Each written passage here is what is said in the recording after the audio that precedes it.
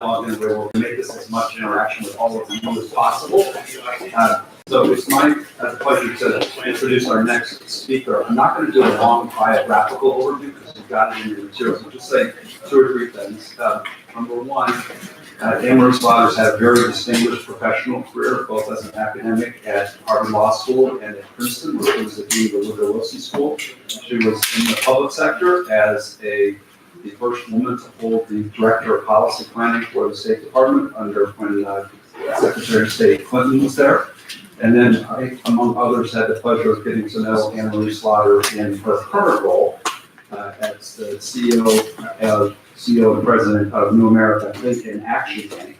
I also had the privilege of, when she was leaving the administration, of joining a search committee with her to find the next CEO of New America. And among our most successful roles in that search process was to get her to take her name off the search committee and put her name at attention and recruit her out of academia to lead this amazing think tank that she does in Washington, D.C. and as a presence here in California.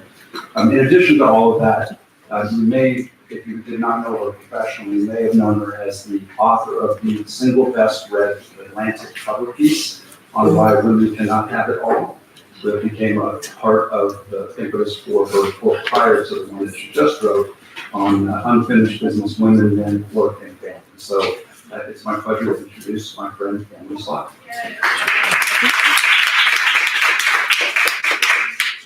Thanks, Lenny.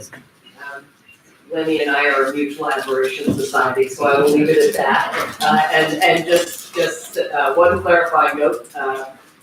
The article is on why women can't have it all in our current system. There is absolutely no reason why women and men, caregivers, should not be able to have work and life together in a properly designed system. So just to make that clear.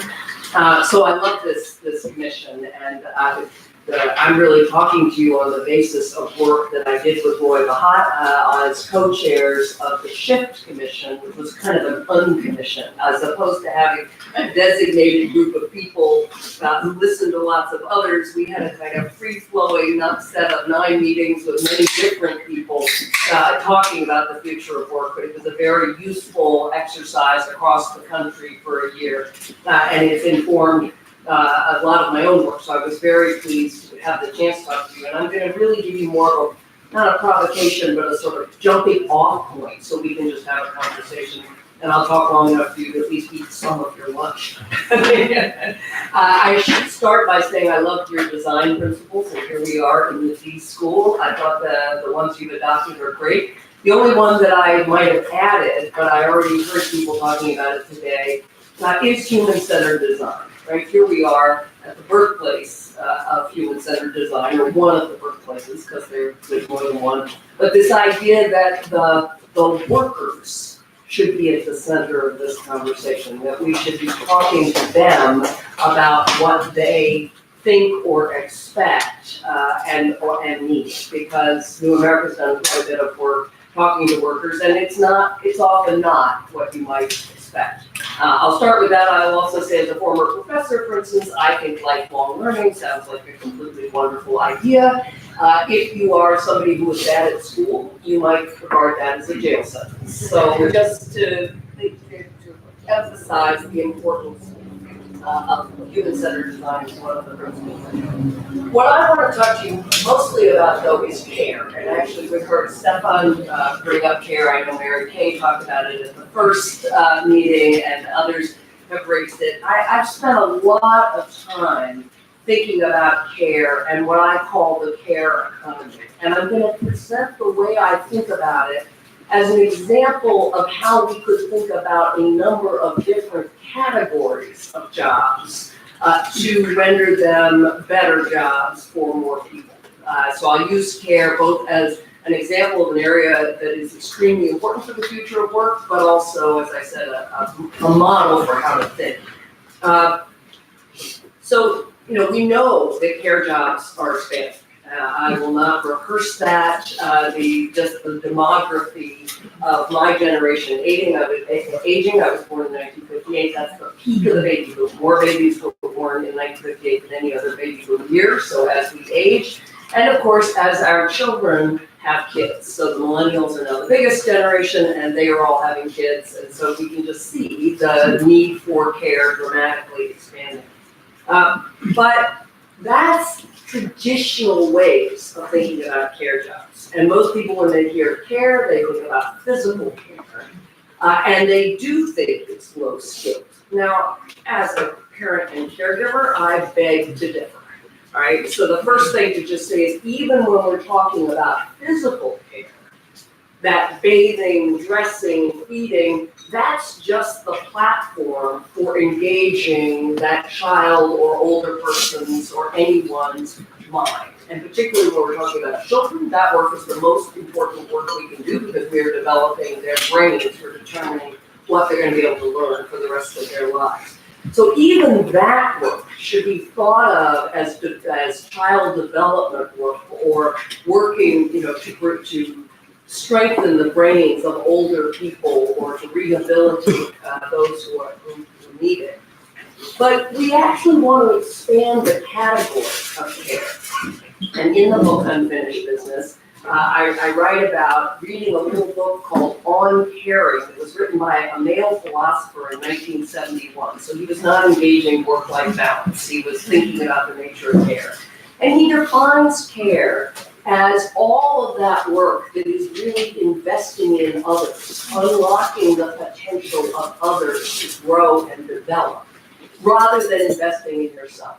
And those of us who are parents or mentors or managers know what that feels like, right? When someone else succeeds and you're as excited that they succeeded as you are when you succeed. I would argue that's a fundamental part of human nature, but we don't need to go into that today. What I would say is that when you think about care that way, you not only include child care, again, I think that much more is child development or elder care, or various kinds of physical care. You include all kinds of teaching.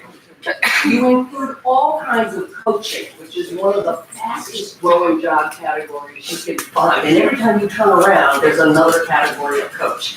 Diet coach, career coach, health coach, work coach.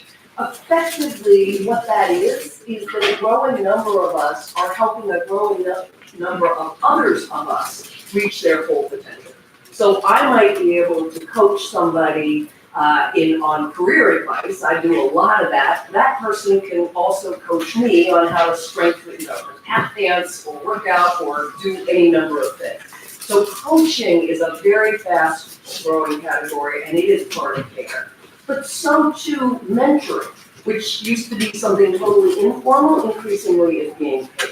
So too navigating, which is a fancy word for social work. Navigators are people who help other people work their way through complex systems. And then, of course, ministry of all kinds, therapy, with the other categories that we have traditionally recognized. All of that, I submit to you, is part of the care economy. So we expand the category, and the next thing we do is figure out how tech makes those jobs better. So one of the categories of care is advising. I was a professor for many years. My definition of academic advising was somebody came and saw me for 15 minutes, I signed their course card, and that was pretty much it. We now know that advising, particularly in big public universities where it is essential that you keep kids on track, they are using big data to figure out when exactly a kid is at risk and when exactly to intervene. Now that makes that a much more interesting job and actually a much more impactful job.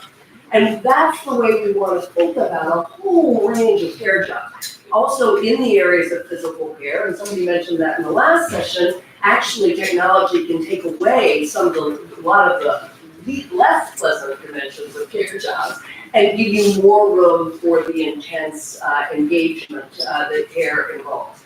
So the next thing we do, we expand the category, we add technology, and the third piece is to figure out governance goals. So Stefan, I was listening to you and thinking, look, in a lot of these cases, it's a growing category of jobs. They can be much better jobs, both in terms of how we define them and how we add technology.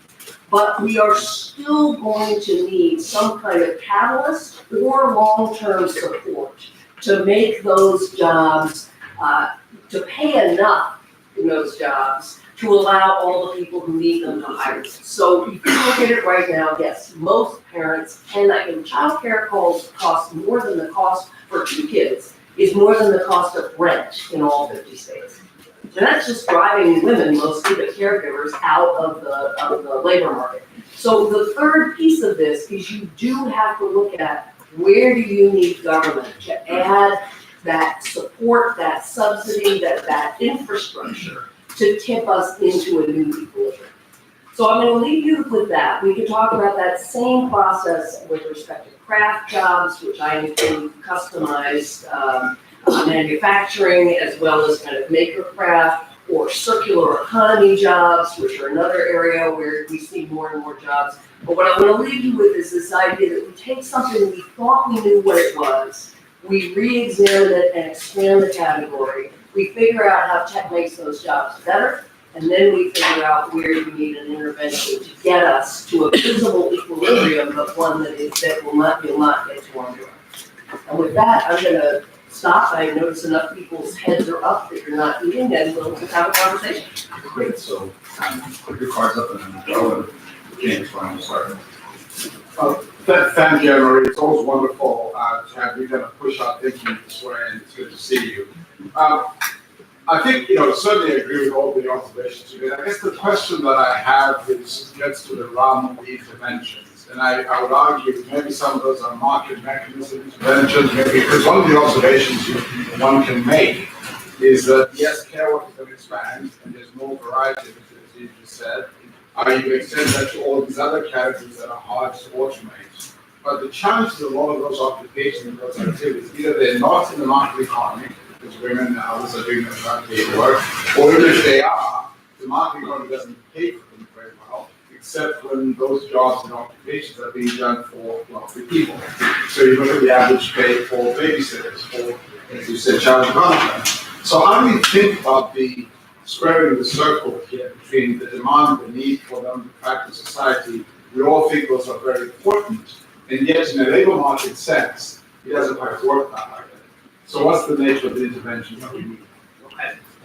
Yes, I'm here to push your thinking, but you all have to make the decisions and recommendations. So let me take one of the hardest cases. So childcare, right? Largely done by women of color. Underpaid women of color and white women, but if you look across those types, and let's start with paid daycare, but also nannies and others. So the first point is, if we really understand what that is, we would value it very, very differently. I mean, I'm really serious. As somebody who spent my life in national security, I think there is no more important investment we can make as a country than investing in our children's first 5 to 8 years of life. We know we are shaping their brains. So for economic competitiveness, for national security, the military takes this very seriously because they're worried we're not going to have a generation of soldiers who can defend us. And for simple morality, for inequality, there's no better way to give people an equal shot at life than investing. So we have to take that seriously, as opposed to what we think of, which is just, hey, anybody can bathe a kid. Well, maybe anybody can bathe a kid, but not anybody can bathe a kid in a way that knows what the developmental level is, how do you engage that child, how do you develop that brain. That's point one. Point two is then equally thinking about, and it's easier with children than old people. I grant you, but on the other hand, older people are a more powerful political constituency, so we'll leave it that way. Where you really think, okay, the defense industry did not happen on its own, right? If the defense industry had to do all that research on its own, it never would have happened. We had massive government intervention to get it to the point that you could have a market economy. And that's really the way I think you do have to think about it, that the government has to think about what is, and you have to develop a political consensus. So I think it's easier when you're talking about people's children to say, what is the level of investment we have to make to actually invest in our people, and then to support the growth of a higher level market economy over. Eddie and then Peter, so. Thank you very much, Henry. I wanted to ask, do you make a distinction in terms of strategies between paid and unpaid care? So much of the burden falls on family members, and then have the spiral effect that has in terms of, reduced participation in the workforce and training and savings, when that used to happen. And then the second question really has to do with geography, and that is the forward preference of older adults wanting to age in place. So how do you fill that capacity like this? So that question, those two of them are, I think, actually quite related. So again, if we value care, we're gonna pay more for it. But we're also gonna recognize, and this has been something that the people who've written on care for decades have wrestled with, we don't wanna commoditize it, right? We do not wanna say that investing in those we love is exactly the same as any other kinds of work. But we can value it in other ways, right? So we can value it in social security terms, we can value it certainly just in social terms, right? In Finland, the very smartest kids in any university go into teaching because they revolutionized the way they think about teaching. They realize that is an incredibly important investment for their society, and they change the way it's valued socially. So, and there are other ways where, again, if we think about how do we recognize that someone who is out of the labor force or working a part-time job because they're caregiving should be enabled to get back in because we value that work, and thinking about how you would talk about the skills that you gain and how you would recognize those as competency-based skills. There are many ways we can value it.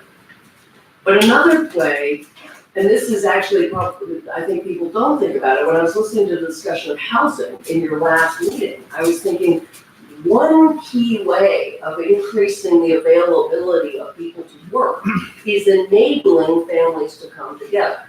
So again, right, if you think of the demographics, increasingly, and you're starting to see this in cities in the Midwest where people are moving off the coast and back to where they came from because they need to be closer to their parents so their parents can take care of their kids and ultimately they can take care of them.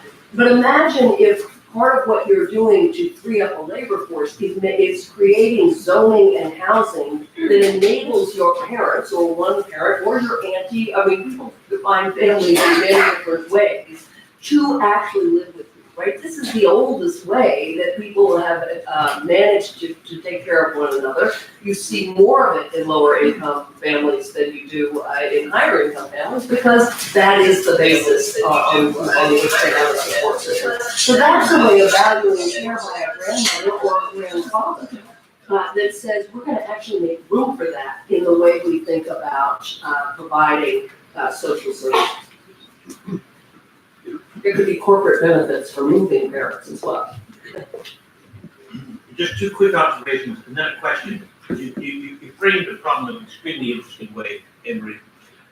Your comment about military and recruitment, I too do a lot of work on national security, and I find it shocking that somewhere between 75 and 80% of American young men and women do not qualify for military service, either physically or intellectually. Exactly. And They're really worried. when there's something really wrong, if that's true.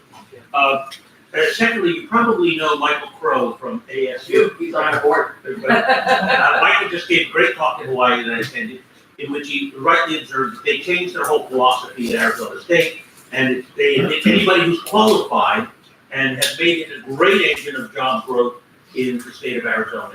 And I think their whole philosophy is something we ought to be thinking about in this commission. But your definition of care, I really like. And so my question to you is basically what the objective of all those jobs are, all that work is caring, is providing care. Is there a taxonomy that you've begun to think about that would allow us in this commission to rethink work as opposed to jobs? Because we're not here to think just about jobs. So is there a useful taxonomy that you've developed in your work, like the other categories of human activity, like caring, that we ought to be thinking about that would lead us to rethink what we mean by these jobs? Oh, that's a great question.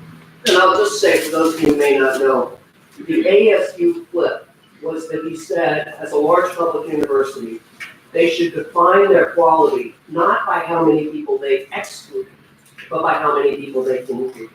which is just so obvious. And they're at 98% graduation rate now. Exactly, but it's all about selectivity. Have you gotten Prince work with that? I have not, but I have signed on to ASU and will be a distinguished professor of the practice there starting next spring. So I voted with my feet. I'm still a Princeton professor emerita. But as I said, in particular for taxpayer dollars, right, it's a public institution. So I think your question is very important, and it's exactly right. Again, if you think about care as investing, it's the work of investing in others. And some people, you could also talk about investing in human capital. I don't love that framing as much. I think of it as the work where you get satisfaction from investing in others and unlocking their potential. That's a category of work. Resilience is another that I would think of very broadly. Where resilience, there's human resilience, there's social resilience, there's obviously climatic resilience, but that's an area in which we know that is a huge social good. It's also a necessity increasingly when we think about how we're going to respond to climate change. But it's a category that is good for society that you can think about a lot of different jobs in. And you can think about a lot of very different certifications in terms of how you would actually recognize people's competences. So that one is another. I was actually just thinking about this the other day of,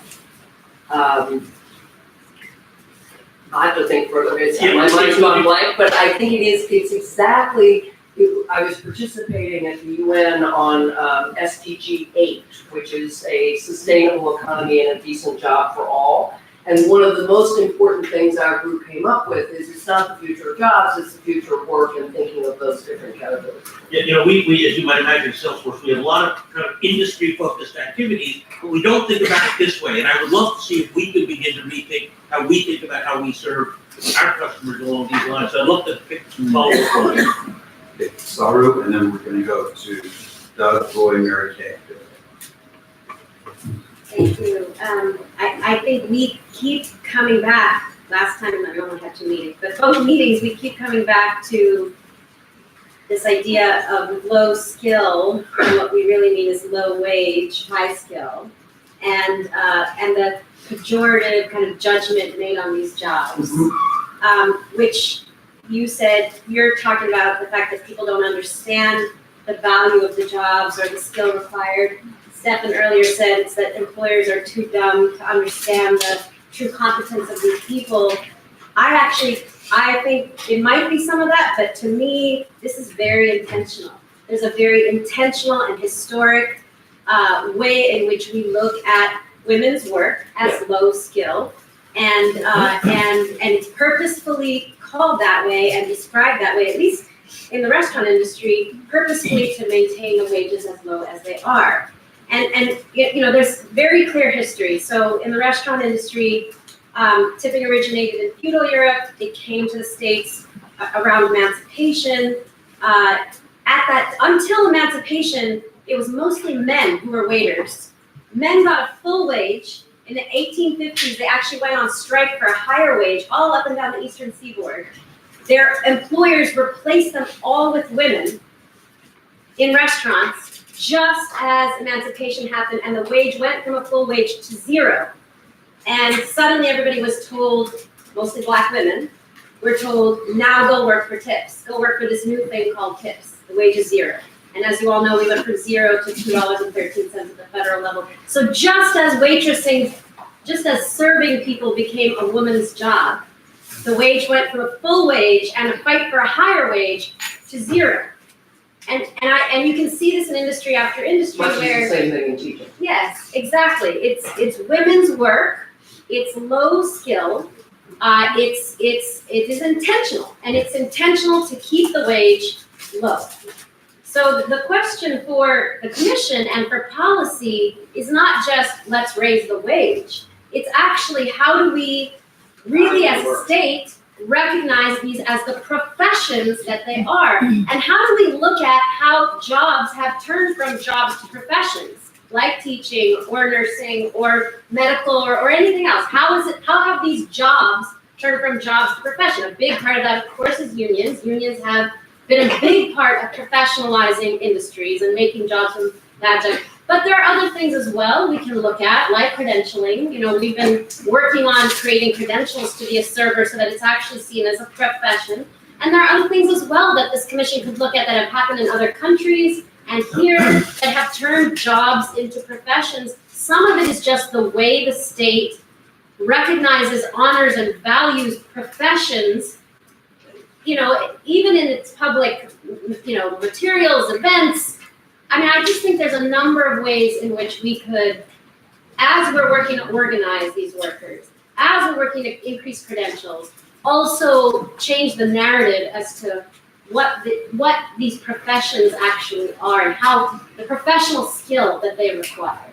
So I'm wondering if you have any other examples that you've seen of jobs turning into professions and what else could be done to do that.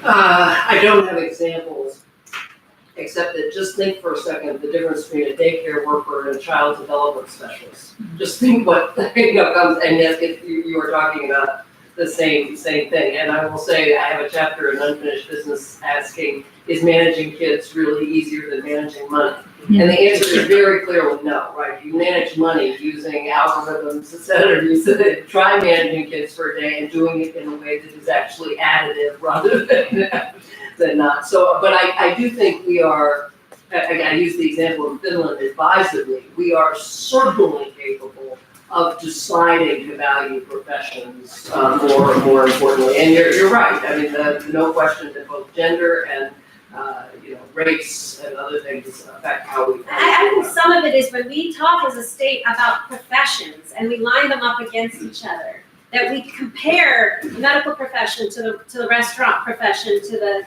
custodial profession, to the child development specialist profession, and we line them up next to each other, and we as a state value those professions in the way that we talk about them and promote them and in all our materials and everything else. Thank you. First off, thank you for your presentation, and I want to congratulate SEIU and thank the governor for just signing a bill that gave 40,000 child care workers the right to organize in California. It's a really big deal for this conversation. But I actually want to take a little bit of a different approach to this care issue. And I want to talk about our largest employer, the United Parcel Service, where we have 250,000 members. It's the single largest collective bargaining unit in the United States. And I can give an example over in Oakland, where we have 1,000 members that work at a UPS out near the airport. You can get a job now if you have a low education, a high school education. If you're formerly incarcerated, it doesn't matter. You can get a job at UPS. You can be making $75,000 a year, have fully paid family health insurance, and retirement pension, which is a wonderful job. And despite that, if you look at our 1,000 members who work in that Oakland facility, the majority of them live in places like Tracy and Manteca. So they spend 2 to 3 to 4 hours a day commuting over the Altamont Pass instead of being able to be home and care for their families. Now that's the bad part, and that directly relates to this issue that the last panelist with Susan raised about housing and about transportation. The bright side of it is that UPS has a huge part-time work. Now, normally one would think part-time jobs, okay, that's not what we want. We want full meaningful employment for people. But if you look at the bulk of UPS's part-time workforce, it's single moms. Yeah. And they're working there, yes, so they can care for their children, but also because UPS provides them fully paid family health insurance for their kids, even though they work part-time. Now, I'm just gonna jump right into the fire here. This last legislative session, we had a debate that's still going on around Bill 85 and around independent contracts. And while a lot of the focus was on Uber and Lyft, what was not mentioned was Amazon Flex. And Amazon is UPS's largest customer, and Amazon Flex relies on that same independent contract. We had a little bit of a false narrative around flexibility, because somehow people talked about flexibility in gig work as you have the flexibility to be able to stay at home and care for your kids and decide when you want to work or not. And I'm all for that. You know, every worker I've ever talked to in my 25 years is classified as an independent contractor says, I want the flexibility of an independent contractor, but I want the benefits and labor protection for the employee. That doesn't exist. But my point is that we have employment models in the state that undermine employers like UPS. We can't compete with the flex model of employment and provide full-time benefits to our employees, which allow workers, because they have sort of quality jobs to be able to care. So this is my very long-winded way to redirect these issues, not just to the quality of the jobs for people that provide care, but the quality of jobs for everybody else, including things like health insurance and so that we can give each other the type of care we need to for our families. I would just say, part of what you said, part of your point, I think goes also to the question that Betty asked, which is the other way you value care. You recognize that if you are working 6 hours for paid income and you are working 6 hours taking care of someone, you are working full time, right? The paid and unpaid work is still important.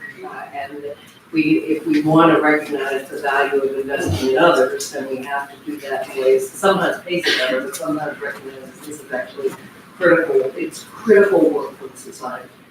So we've got about 5 minutes, so I'm going to suggest that we take the last 10 questions, collect them, and let Anna Marie respond to those and close the thoughts. So Roy or Dave.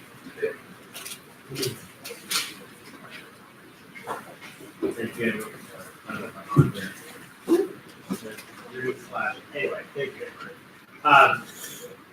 And the work that we did before definitely helped frame a lot of the issues. I appreciate that. I want to ask you a how-to question about, we've been discussing a lot of the substance, which is essential here, but you also have some experience with some of the process that we're going to go through. And I'm struck by how different the tenor of the conversation is that we just had with you from this morning's panel, where this morning's panel, I had a feeling that a message was, it's all going to get better, let's just wait a little bit. And not everybody said that, but there was definitely that sentiment. And I think many of us around this table probably share extremely different perspectives on the past versus the future, on how trusting we are in corporations, on the language we use, many, many different issues. And the first meeting was great. It was all so respectful. We got issues on the table. It's about to get hard. Because we're about to have real priorities to strike, real choices to make. And I just love the guidance for us on how we, get through the other side of that with some really productive answers. And we have one day in which to do it. Yes. I think this might build on Roy's point, and I appreciate Saru kind of naming the historical exclusion that we're up against. I really, the thing I keep rolling around with is you talk about, let's expand the definition, which I'm all for. Then let's figure out how to introduce technology. And then let's get the government to intervene. And what I keep reaching for is, how does the social compact that doesn't exist, that the commission's kind of challenge to create, include the employer community? Or I'm interested in how you see our ability to challenge the sort of basic problem, which I only know by organizing care workers to make a demand for recognition as the lever that actually changes it. But I'm interested if you think there's some other scaled intervention that would allow us to establish something that's never existed in our nation as a social compact that Stefan referred to in the earlier conversation, where there's a European compact that's being eroded, frayed, on this notion that is interesting to me. That's one question. The second is, I have been in relationship with a lot of home care providers who are Medicaid providers who represent 500,000 in the country. There's 2 million living in poverty, doing work that they love and that they consider a profession and they would love to have access to technology that government can't afford.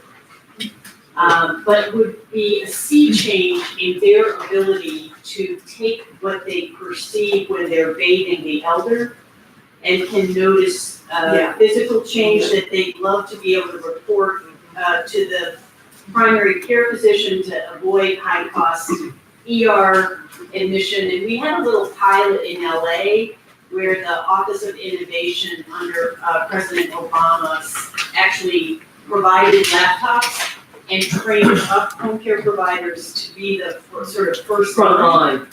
Yeah. Because intuitively, they've developed the skill, they've just never been integrated into the healthcare system or recognized as having a mind that could do the diagnosis. And there's a huge appetite. And this is a workforce that is average age 52 right now. Again, disproportionately because of structural exclusion, women of color, but white women and increasingly white men as well who are trying to re-enter. And I just think it would be, the other thing that care workforce could be part of the education workforce on the early end and part of the healthcare workforce on the elder end, but also probably, I just think we haven't imagined, again, I think China, some of the Asian, I'm interested too if you think other countries in the world are ahead of us in unlocking this potential through valuing care work. And so that's what's been rolling around in my head. I'm glad I come after Mary Kay because I want to actually follow up on this whole healthcare industry, which I've been working closely for the past 8 years, especially introducing technology that can be assisted of to increase the quality of care.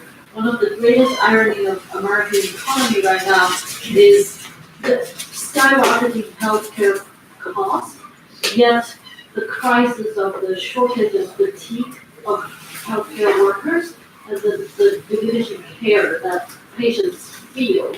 And I'm not going to belabor the point that in my own research projects, we're exploring the potential for technology to be augmentative and assistive to our healthcare workers, not to take away their job, but really to help them to refocus on the patients. But the biggest question, and also kind of an appeal to the state of California to step up the effort, is that the entire healthcare incentive and pay system does not incentivize this. You know, as technologists and my fellow medical clinician and fellow colleagues, we can work on whatever, collaborative projects we want to show that there is potential for technology and medicine to come together to deliver better care to our patients. But the medical system does not reward that. It rewards the amount of surgeries you do. It rewards the kind of drugs you issue. It doesn't reward the quality of care. It doesn't reward to improve the quality of the clinician's life, nurses and doctors. So that really is my question here. I don't feel it's a lack of imagination on the technology and medicine side, but it's really a lack of good policy and industry incentive in our healthcare system. Okay, well, there's a lot there, in 3 minutes or less. So to Roy, two responses to how to get better things. One is to ask questions rather than advance positions. Okay, in your deliberations, you continually ask questions to try to understand, and people have to try to answer them, rather than advancing and really taking each other's questions seriously. I also do think really good facilitators can be worth it. I don't know what the budget is, but a really, I've been in some, not somebody who's gonna have you do Post-its all day, but, on the walls, but somebody who's really thinking about how you deliberate, right? It's not debate, it's a search for collective understanding. So Mary Kay, you asked lots of different questions. One is, and this also goes to reaching better understanding, is to be truly inclusive, is to listen to people tell you what they really think. So again, I'm going to use the national security example. I truly believe it makes just as much sense to invest massive numbers of dollars in investing in our children as investing in weapons systems. And again, and I understand that it's important to invest in weapons systems, but honestly, as a citizen, I won't say it in most places because it goes against the consensus, but if I got a group of women and others together, this is not just women, there are plenty of men who feel this way too, and you ask, what do you really think? I think you get to surprising results. And I think many of us are included around these tables, but we don't always say what we really think around these tables. Saru, I don't think that's true of you, but I think it's true of me. So I think part of your job as co-chairs is to get people to really say what they think and recognize those power dynamics. And then sort of more specifically on how you bring in business, and this is, I'll just answer finally, how are you going to get there to the government point of view? The question is, what do taxpayers really want? Again, the national defense industry was built at a time, it was the Cold War. We thought that the greatest threat was we were going to get bombed to nuclear smithereens by the Soviet Union. It was also who was in power, right? And so then you start asking, well, what are they willing to pay for? I think they'd be willing to pay for a very different care infrastructure, if you want to call it that way. But I would also say, to Peter's point, I thought two other categories, even beyond care. Think of it as individual development, and then think of it as health, not healthcare.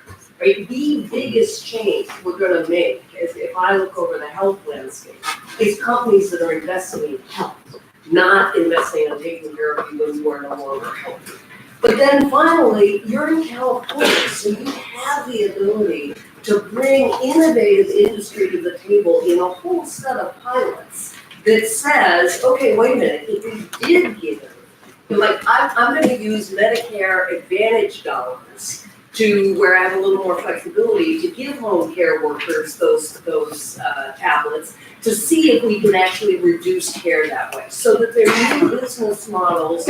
I would think that there's any number of businesses that would be willing to experiment with some government support in a way that could get to a cheaper equilibrium. Because we're looking at all those dollars wasted and we know there's a better way to spend it. Easy for me to say and then walk away and let you all come up with recommendations, but it's been a pleasure talking to you.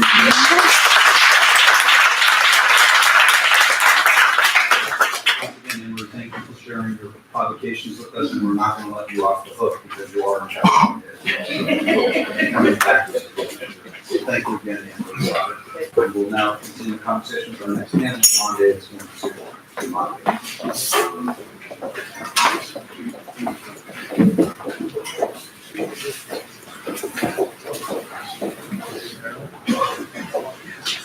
Good.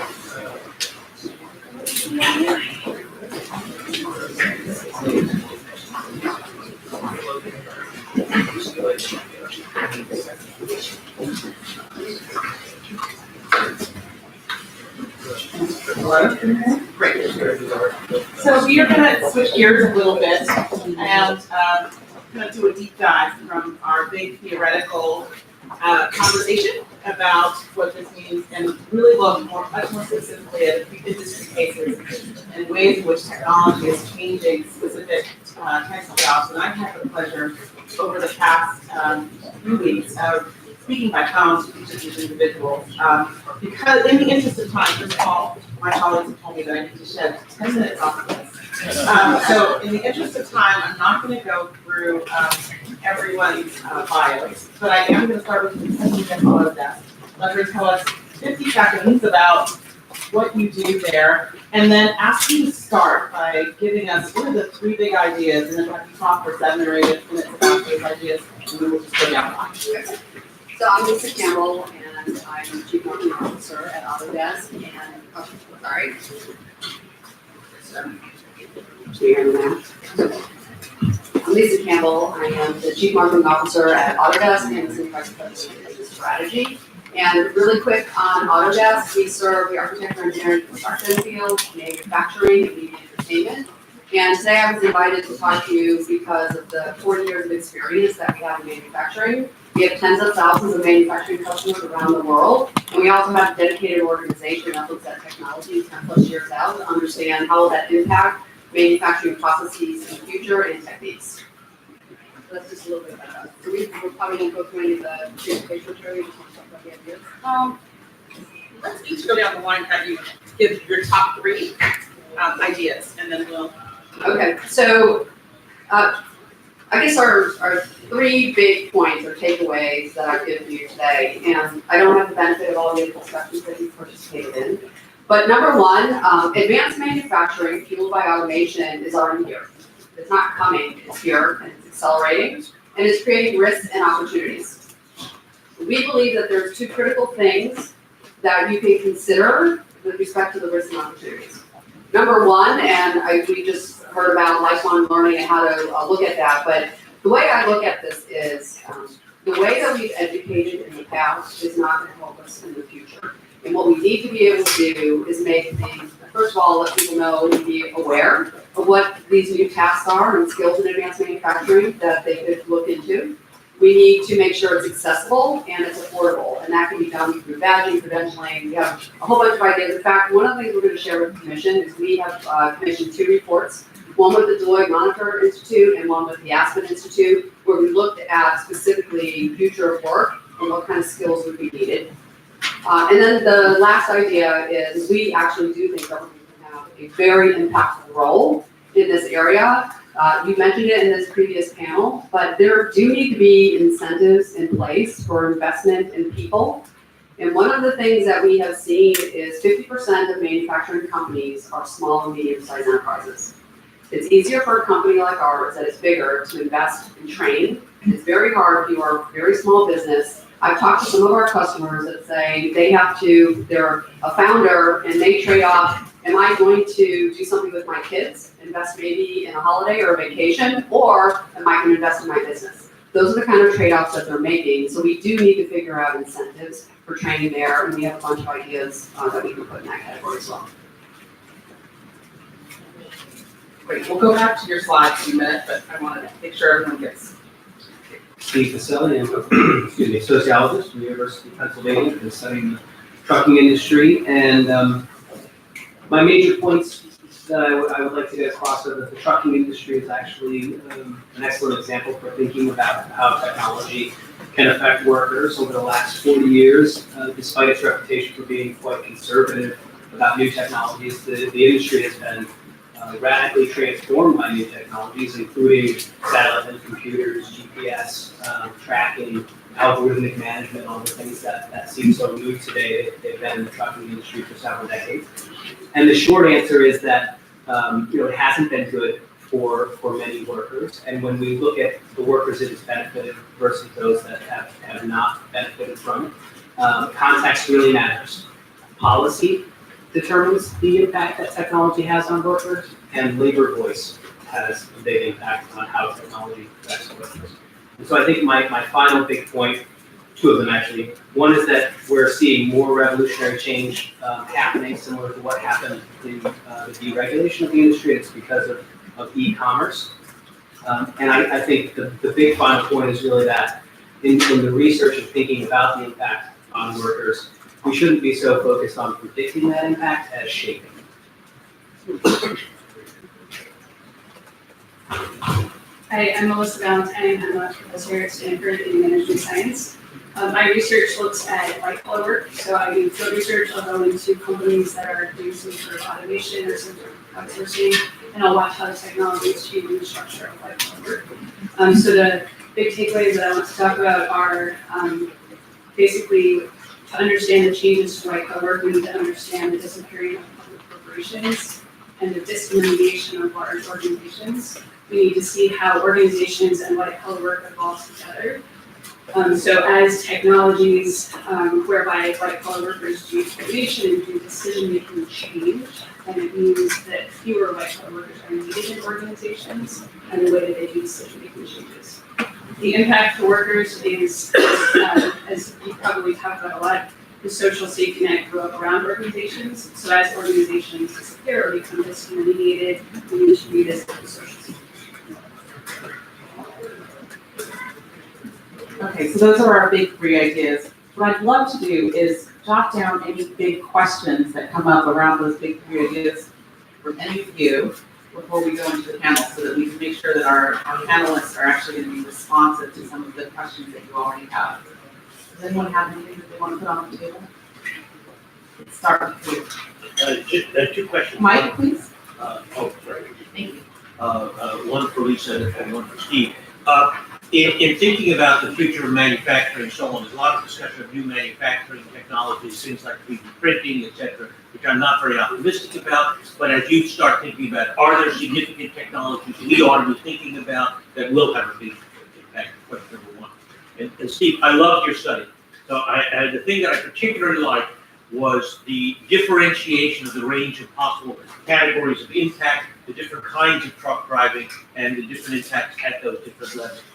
Are there places where you think we ought to be among those placing priority in terms of thinking through the different categories of driving and where we ought to pay attention?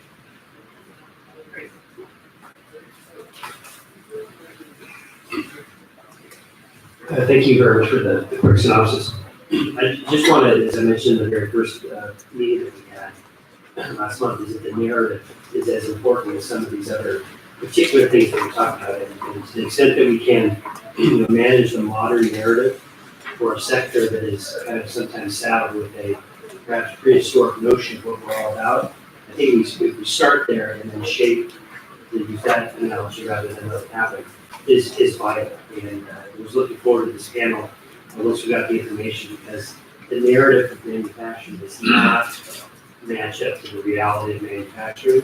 And a lot of that burden falls to me and my association and our members, but collectively, it's not that dirty, dark, and dangerous environment that we think that it might be. It was once. I will not dispute that, but it was no longer. And we have a collective obligation to help shape that narrative and bring it forward so that when there is a perceived gap in workforce development and manufacturing, that gap can be rapidly closed. Great, so we'll have Lisa continue to talk about the narrative. Tom? Yeah, this question is also for Lisa. So one of the things that we're seeing is that the tools required to do digital manufacturing, whether it's the CAD software that Autodesk develops or low-cost tools for computer directly controlled machine tools, are really coming down in price. Are you seeing any evidence that that could create new jobs? So, for example, new jobs around more customized or craft manufacturing, allowing more manufacturing jobs to be created in the United States. Great. Thank you. Just looking at current barriers from a public funding and public policy perspective, if you could identify or pinpoint how some current policies can actually unintentionally contribute to the dislocation of displacing workers. Great, okay, so those are our big questions, and we're gonna let you guys each have 5 or 6 minutes to go through the slides you have, and then be able to speak to those questions. Start, please. Okay, great. Those, by the way, fantastic questions. I'm excited to engage in discussion with those. So, am I driving? Yes. I'm gonna just jump and show you what I think is just one of the 3 critical slides. So just bear with me as I talk about our company, Where should I be pointing to get this to advance? Anyway, This is said it's not working. There you go. All right. All right, I talked about these three things. Yeah, okay. All right. So advanced manufacturing, this, by the way, will touch on a couple of the questions. One of the things I just want to talk about is what does it actually look like and what is the impact on really the tasks and the work that people are doing. All right, so I just want to share, by the way, so my viewpoint is going to be talking to thousands of customers that I get to visit and talk to around the world, and we do, because my organization also is marketing, we do a bunch of research, so I'm going to just share that point of view with you. You might have seen some of these statistics, but there is currently estimated that 400,000 people join the middle class every day. This is a global statistic, and you can imagine that this is happening in over 80 countries. Why does California manufacturing care about that? Because of our exports with manufacturing, and about 80% plus of the products that we export are manufactured goods. People who are entering into the middle class have more disposable income and they need things. If I'm going to move into a single family home, I need a dishwasher, I need washing machines, I need something. And so there's more demand for that. At the same time, and I know there's skepticism about this, we have data that shows that over the next decade, till 2028, there are 2.4 million manufacturing jobs that will go unfilled. And here's 3 reasons why. You brought up one of them. One of them is, I have an education organization that reports into me. What does that mean? That means that we work with academic institutions and students on a regular basis to make our software, we make our software free to them. And I only bring that up because I think that's something business can do. And one of the things that we have found is that parents and teachers are not encouraging students to pursue manufacturing jobs because of this old perception that it is dirty, dark, and dangerous. When in fact, it is very exciting. Right now, you can get involved with robotics, more digital skills, very creative things. The other thing is we're seeing more and more people are retiring. And the last is this upskilling, reskilling, whatever the term that's comfortable for you to use, is the fact of the matter is that there are some different skills with 3D additive manufacturing versus subtractive manufacturing. And we need to make sure that workers are aware and that they have access and it's affordable to get some of this training. And that currently is not the environment today, and that's why we have that problem. And so you're seeing that over 50% of manufacturing companies today have already implemented some level of automation.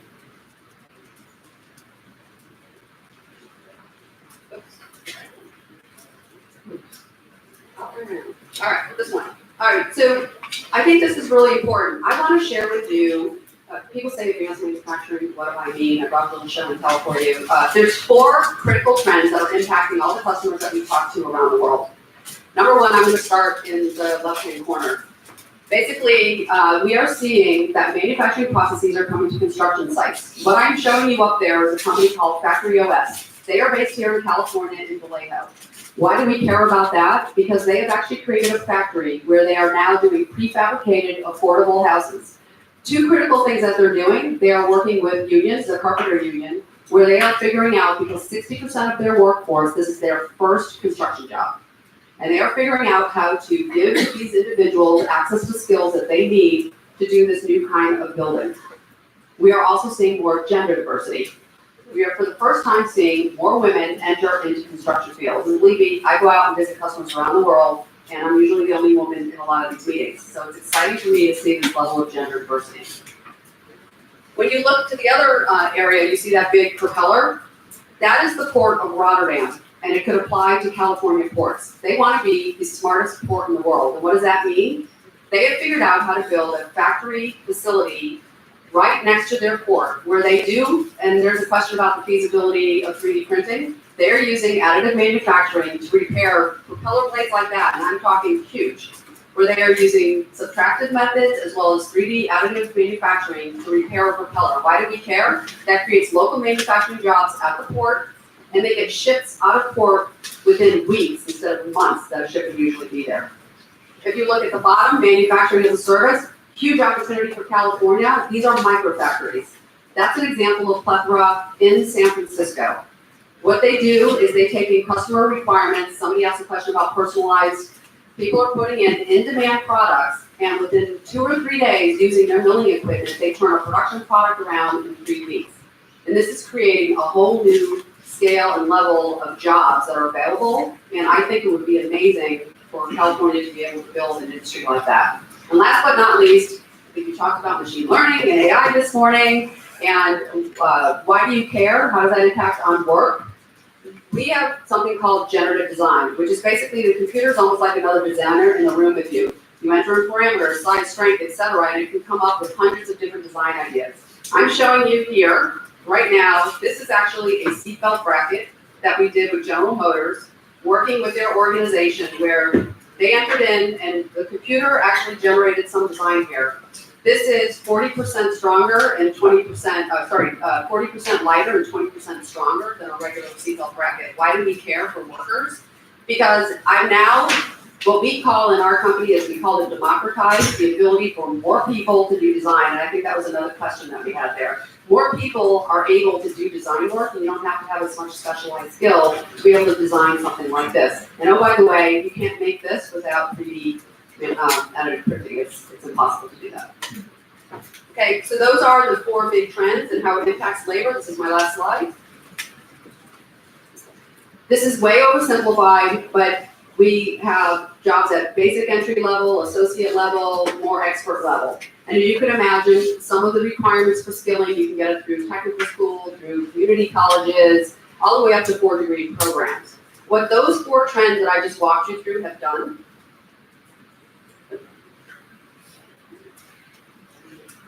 is created that new blue bar. Hopefully, if we have anybody who can't see it, it says advanced manufacturing roles. Those 4 trends have created that. So what we have to do is those jobs on the left that are decaying, and they won't decay as rapid a pace as you see sometimes in the news, because small and medium enterprises don't have the ability to quickly retool their factories overnight. But these are new jobs. So I might have been somebody who programmed a CNC machine. Well, tomorrow I need how to do this with a 3D additive manufacturing machine. So new jobs are being created, and one of our biggest issues is how do manufacturing workers today find out about these are the new jobs and the new skills? How do I get access to skilling and training to be able to address that? And that's where we have a bunch of different ideas on what businesses can do, and we think there's a lot we should step up to, and a lot that we think that government can do. And so I won't bore you with the other PowerPoint slides, and we can just make that a discussion. Great, we're gonna go on to Steve. Okay, thank you. It's a real honor to present some of the work I've been doing.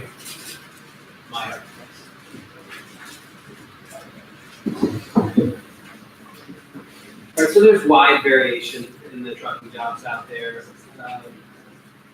You have everything from drivers who make excellent wages, are home every night, steady work, health benefits, retirement accounts, to drivers who literally live out of the machine that they operate for months at a time, very less than minimum wage. One of our big challenges, I think, beyond thinking about fixing those problems with the future of work, is preventing technology from having those problems spread. I don't think we're going to see new kinds of problems for truck drivers. I think we're going to see the spread of existing problems. The good news there is that we know what those problems are, and we already have some really important policy levers to address them. I'm going to skip over a bunch of this because I think we've already had some background that will help you understand my perspective on some of these models that predict we're going to lose all truck drivers. I don't believe that that's the case. I've taken a very different approach. My approach is a scenario-based approach in which I went out, I talked to, I should step back. The research that I did on autonomous trucks is at the end of about 15 years of going out and really trying to understand what it is that truck drivers do. So the first step in my research was to actually get a job as a long-haul truck driver, to get trained as one, to go out over the road and work for one for 6 months. And then I spent years talking to hundreds of truck drivers and their managers about how they worked and why they worked the way that they did, and then compared the industry segments. So this research is really building on a very detailed understanding of the labor process and why it is structured in the way that it does and why it has the outcomes for workers that it does.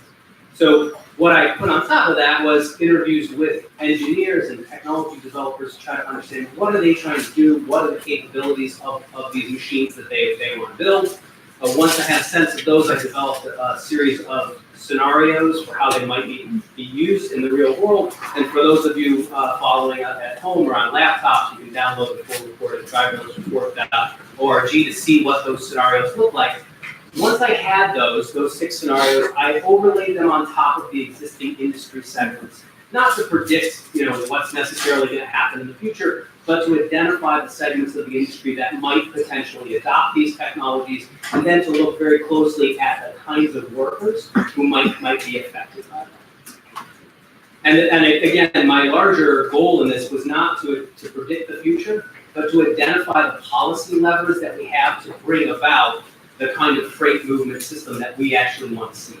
Right? I don't think that there's an inherent gap in this technology. I think it's going to be shaped by processes like this one here. So you can see those adoption scenarios. They range everywhere from automated braking and acceleration to increased fuel efficiency, all the way to self-driving trucks, right, where a driver, which have no space for a driver even, and move from origin to destination by themselves. To take a likely scenario, what's called exit to exit, where you have a human driver that brings a trailer out and then transports the trailer over the interstate miles, because those are simpler to automate, right? And then another human driver comes out. This would be one scenario, probably the one where most developers are focused at, technology developers are focused at the moment. When we overlay that, and I'm just very quickly running through this, right? Because I want to give a sense of the kind of method, the question of research has been raised, and I think this method has some utility to it. We can identify, right, the kinds of jobs that look like a potential adopter, right, will give you a good return on investment. And when we look at it, it turns out that this uninterrupted highway driving that would be required for long stretches of it, that would be required for this kind of scenario, there are really only about 400,000 drivers out of the 2.1 million who do that kind of work. Right? Now, when we get in further, we can see some of these are some of the very best jobs in trucking. They're what are called line haul jobs for parcel services like UPS, or less than truckload. These are drivers who go from terminal to terminal, right, on regular schedules, regular lanes. These would be among the simplest to automate. And then there's truckload, over the road driving. And these are some of the toughest jobs out there, where we see all kinds of problems for workers, oftentimes minimum wage violations, misclassification, workers, again, sort of living out of the trucks for months at a time. Once we zoom in a little bit closer, though, and look at the workers who do those tough kinds of jobs, and a lot of people will ask me, what's wrong with automating those jobs? Well, the problem with losing those jobs is that they're held by workers who tend to live in rural areas, right? And though they may work 80 to 100 hours a week, they actually do work 80 to 100 hours a week, they can bring home $45,000 a year. And compared to the incomes that they can earn nearby, right, in their labor market, those are very good wages that are going to be very difficult to replace, and these are workers who are going to be very difficult to transition. Right? These are older male workers with a high school education, predominantly white and black, who do not have other good labor market opportunities close to them. On the other side, what we might see if we have this sort of scenario play out is a growth in local jobs. And I actually think we're going to have more jobs moving freight 10 years from now, 20 years from now than we do today. I don't think we're looking at overall net losses of jobs. I think we're going to see significant growth. And the question is really, what's the location and quality of those jobs? Okay, and what's going to determine a lot of that, I'm going to skip over this because there's a bigger picture, is this broader transformation into which this new technology, AI, self-driving, and other technologies are being introduced. And it is a profound shift in the way that we're moving goods to consumers. And I don't think it's impossible to overstate the importance of what we're seeing. Right, we are moving from a system that began to develop in 1980 after deregulation of the trucking industry, that stretched out global supply chains, right, supported big distribution centers and big box stores. What that system does is it moves relatively few kinds of things in very large quantities, fairly slowly to a few locations. E-commerce is completely different, right? It's trying to move millions of items virtually everywhere as fast as possible in small quantities, which means that the work of millions of Americans who do this kind of movement of goods is going to change dramatically. And what's the big question there? In my mind, it's really what, and I swear Commissioner Block and I did not set this up at the time. Oh no, I lost the photo. Somehow.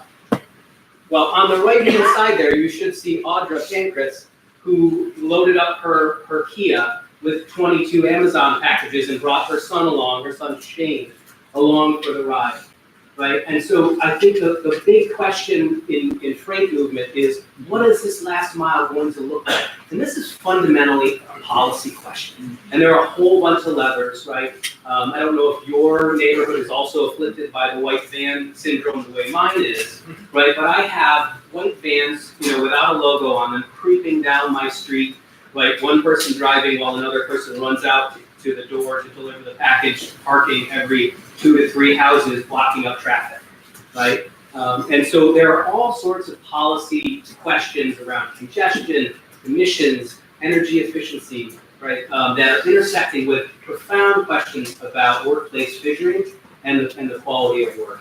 And here we're talking about, of course, the employment arrangement, worker misclassification, basic health and benefits, safety, right, and the real core of our labor regulation. And I think those questions are all profoundly implicated by this transition as sort of the big ones for the future of jobs. Thank you. So to shorten my presentation, I'm going to frame what I see as a policy problem, and then we can save any discussions about solutions or questions. So I want to start with a story. In 2009, a company called Circuit City went out of business. So shortly thereafter, a company called System X bought the Circuit City domain name and continued to offer customers consumer electronics through their website. So it turns out that selling consumer products through a website takes fewer employees than 30,000. So they were operating, System X was operating with something under 50 employees, not the 30,000 person workforce that had been running Circuit City previously. So this story illustrates some of the dynamics of this graph, which is the number of public corporations in the United States over time. This graph comes from the research of Professor Jerry Davis at Michigan. So he rigorously measures the population of public corporations. And he's been showing that this population is declining. We're seeing more exits and fewer entrants. And the entrants are smaller. They're employing a smaller workforce. So in the next 10 minutes, I want to talk about what these trends mean for the future of white collar work. Not 10 minutes, 6 minutes. So public corporations grew up in the United States with railroads and then large-scale infrastructure like AT&T, large-scale manufacturing like GM, retail like Sears. In all of those cases, there was a vast scale of operations that required a lot of investment in assets like real estate, stock, stores, factories, and it required a huge workforce of white-collar workers. So the white-collar workers are coordinating the work of these vast operations and making decisions about the vast operations. But what we see now is that the technologies that organizations use for coordination and use for decision-making are changing.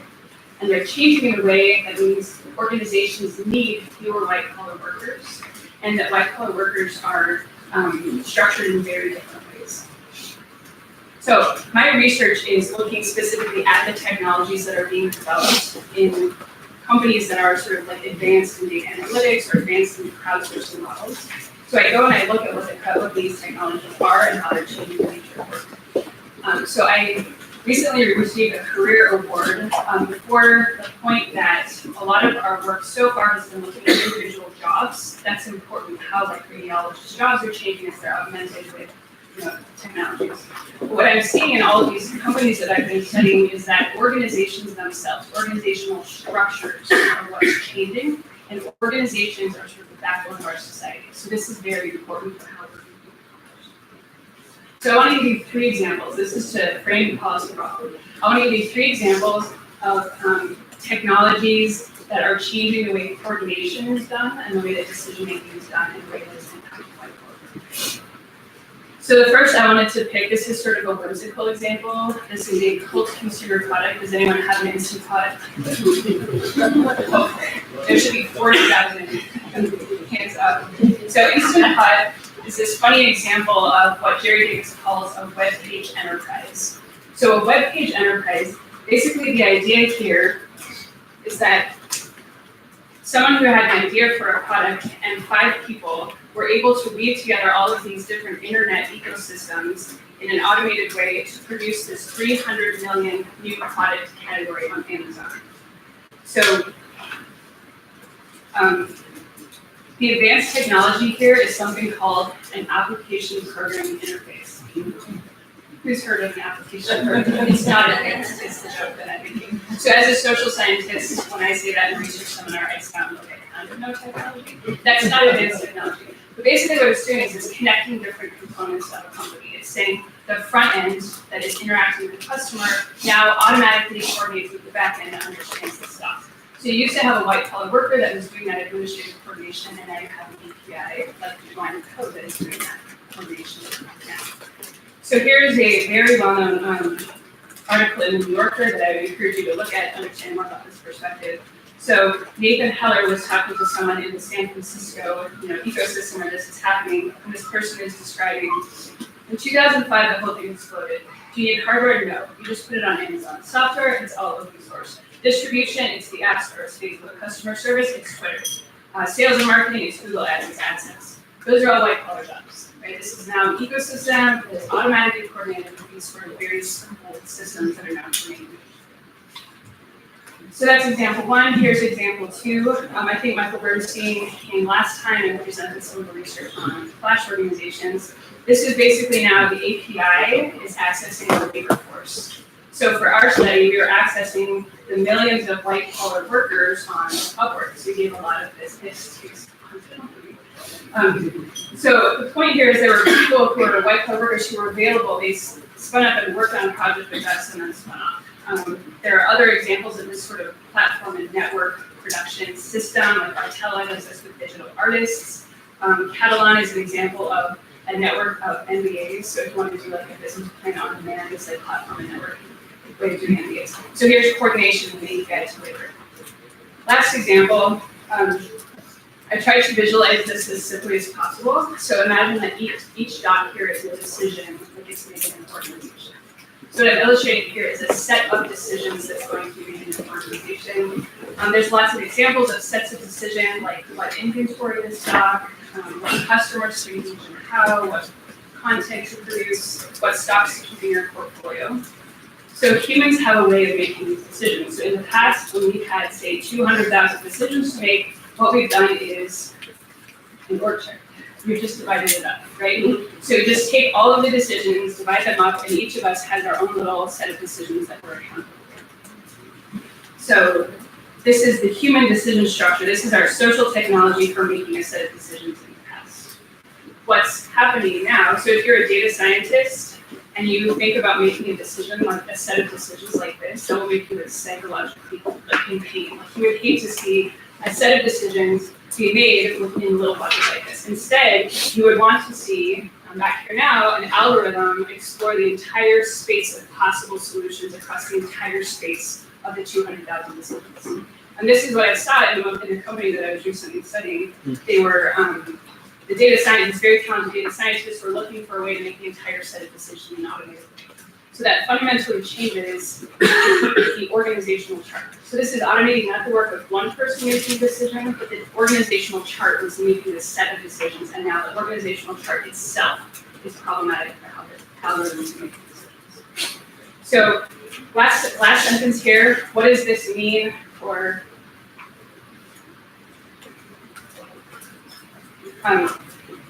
what does this mean for the white collar worker? What is the policy solution that I hope that you engage on this commission? So when Jerry Davis talks about this, now we have software doing coordination and software doing this decision making. From the perspective of an entrepreneur, this is exciting. You see pitches, I've written papers like this that are like, look at how fast, look at how flexible all of this is. His metaphor is, it's like the pieces of a business are like Lego blocks that are like scattered about the landscape, and you can snap them together, scale them up, scale up and down as necessary.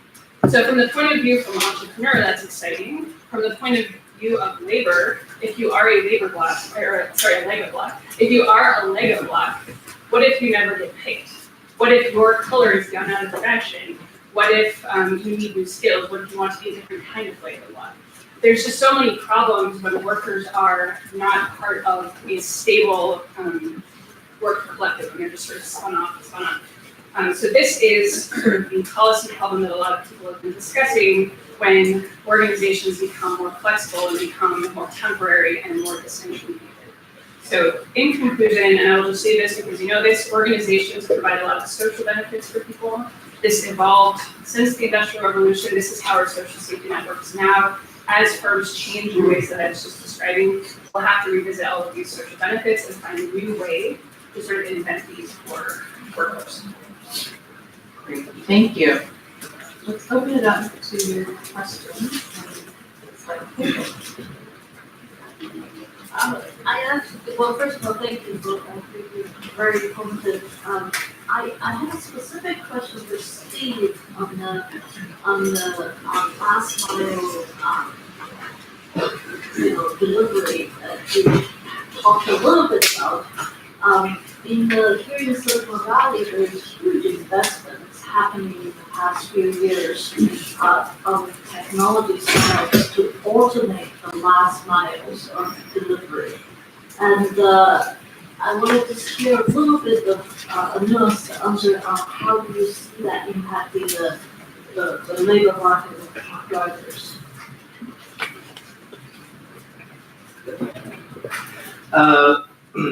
I don't think it's gonna have a huge impact. I think automation could for some products and like drones, for instance.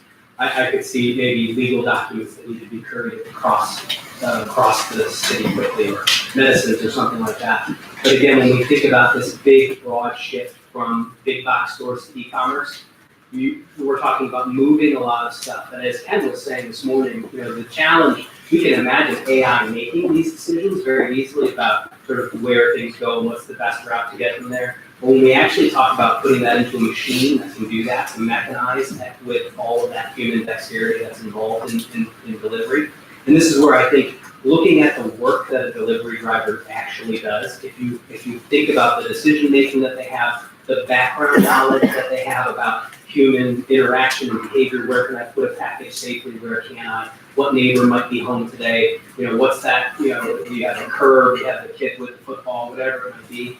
These are the most complicated operating environments and kinds of organizational decisions, combined with packages of all different sizes and weights and shapes and doors and all kinds of complex environmental conditions that are going to make it extraordinarily difficult to not in my lifetime.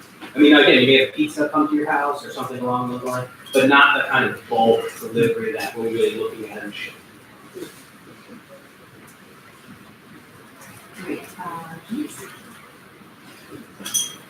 Thank you. I'll address this question to Melissa. I'm a big fan of the work you've been doing, and particularly you're right in the sense that quite often we see this in our research and doing our work with you, which is the topic of automation technology tends to narrowly focus on individual occupations and jobs. It doesn't look at the structure of the organization. So I really applaud that. I got two particular questions. One is, how do you think we should think about this question in that context of partial automation and augmentation? Because one of the things that happens is, so we can all get comfortable to say, well, this job is going to go away, this portion goes away, but then these tasks then all get reorganized. So the jobs don't actually stay the same, even though the automation is partially complementary, but we just reorganize the whole system of work. So we'd love to get your thoughts on that. The other related thought is a different version of the last mile question that you asked, which is one of the things that we haven't discussed much here is that technology itself and even automation is creating a whole range of new last mile occupations and activities. So think about deep learning, the most mature aspects of that are supervised learning. Supervised learning typically requires labeled objects and data. There's until we solve that problem, which we will, be to unsupervised learning, but for now we're mostly using a lot of supervised learning. People are tagging those images, people are tagging those videos. So you have a lot of these last mile occupations, which are often not as visible or even regulated or paid attention to. So how do you think about those new last mile activities related to technology? So I really appreciate the first question. I would think about it in two ways, and I'll just say briefly. Like, one is from the point of view of the organization and the collective that at the time is working on reassembling the set of tasks. So they're being unbundled from jobs. The tasks are being unbundled from jobs in the way we're expecting to pass. And then they're being reconfigured in ways that nobody can predict. So within an organization, oftentimes there has to be this very sort of like open, human-centered design and like prototyping within the organization to really reconfigure things and to reconfigure tasks. That's more for managers, that's less for as a policy. But one of the policy solutions that I wanted to talk about, so I'm glad you brought this up, was there's a lot of discussion about public investment in just basic science and basic technology at this point, especially in not San Francisco, as a way of like sort of coming up with like different ways of, really taking seriously the idea that these jobs, as you said, like it's work now, so now everything is being reconfigured, and a lot of the technologies for organizing that we need to solve the problems that we want to solve haven't been invented yet.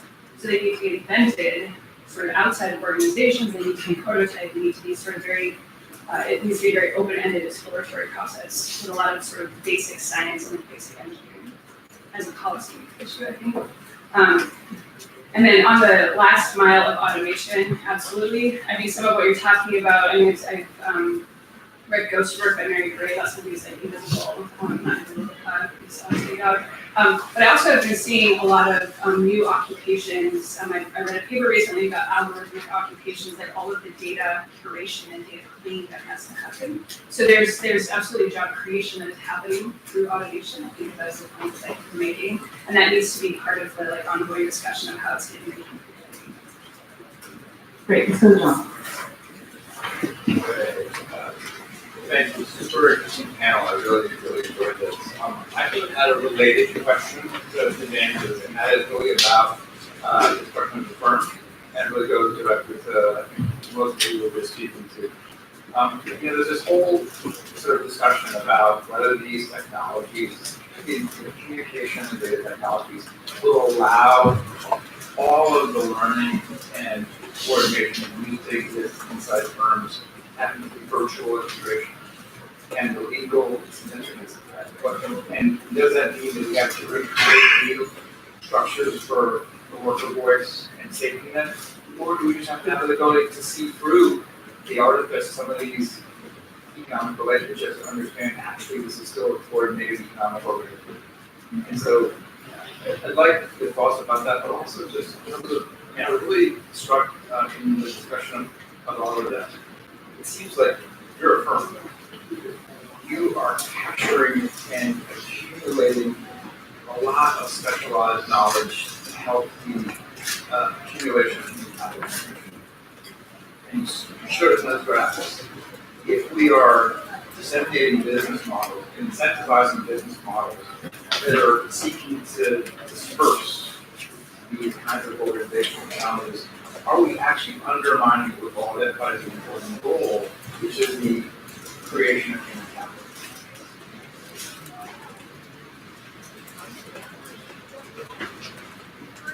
So undermining, so I don't know that, one of the things that we think about is we're just allowing this technology to get into more people's hands so that they actually can do work. And whether that's through contractors or part-time work or whatever, one of the things that we look at with the work firm is how do we train and how do we say, what do our workers need actually in the future? We're actually we have to completely change our mindset. We have to say, what do they need 3 years out, 5 years out, 10 years out? And how are we going to be able to either help people that we currently have today get there, or how do we attract additional people into the organization? And so organizations actually, I think, have to have a very strong change muscle. And we have to get used to more of a constant state of change. But I still think that the investment in people has to happen not only with business, and then we also need to figure out how do you get academia involved. So I'll just give you one example from Kentucky. Toyota works really closely, I think it's the Bluegrass Community College. But what they did is they really just created a symbiotic relationship where Toyota basically said, look, these are the kind of jobs and tasks or tasks and skills that we have. And we are looking to fill these roles. And the community college was like, great. Now we are gonna be able to architect how to actually prepare people for that. So as they're graduating, they have a place where they can be immediately employed. And that's a virtuous cycle and system that I think we have to be much more purposeful about. And I actually know that actually has a huge role to play there because they can bring all these different sectors together to create something like that, as opposed to saying, education, you figure it out on your own, business, you figure it out on your own, government, you figure it out on your own. I think it's impossible to do that if you put it all together. So on the question of, that I hear in your question, maybe a networking platform is enough like an organization that we sort of know what's going on there, and maybe it's not different enough that there would be problems necessarily sort of arising from it. So I wanted to agree with that point. I think, so we've studied some of the networking platform systems, and there ends up being very like active culture and like a lot of knowledge sharing, a lot of coordination that happens within the community parties. I think two problems that would be of interest to policymakers are, one, the new coordination technologies and new automation technologies are disrupting on-the-job learning. So an example would be, Matt Bean has a study about how medical residents were not, once robotic surgery was introduced, they were not getting on-the-job training on how to do surgery. So they started watching YouTube videos and trying to find all these other ways to do And there he has other examples of how this sort of like apprentice model that involved organizations is now just being disrupted. So I think that's important for policymakers. The other one that I've seen is with the network platform model is you can end up with people who feel very peripheral and feel like they don't have access or they don't have voice when it comes to, in a way that's different than organizations. You can have sort of a sense of bureaucracy and an agreed upon, chain of command or like disagreeing, a way of like disagreeing together. Whereas in the network platform, there have been studies of people in the network trying to figure out how to get more into the core conversation and have more voice in the conversation. So I think the disintermediation of like the workers' voice and able to participate in collective decision making is what I would think. Great, I know we are coming to the close of our time, so we're gonna batch the final sets of questions we have. We'll go Carla, Soria, and down the line, and then we'll have responses. I'll try to be quick. I guess I've been trying to create some sort of, this doesn't work.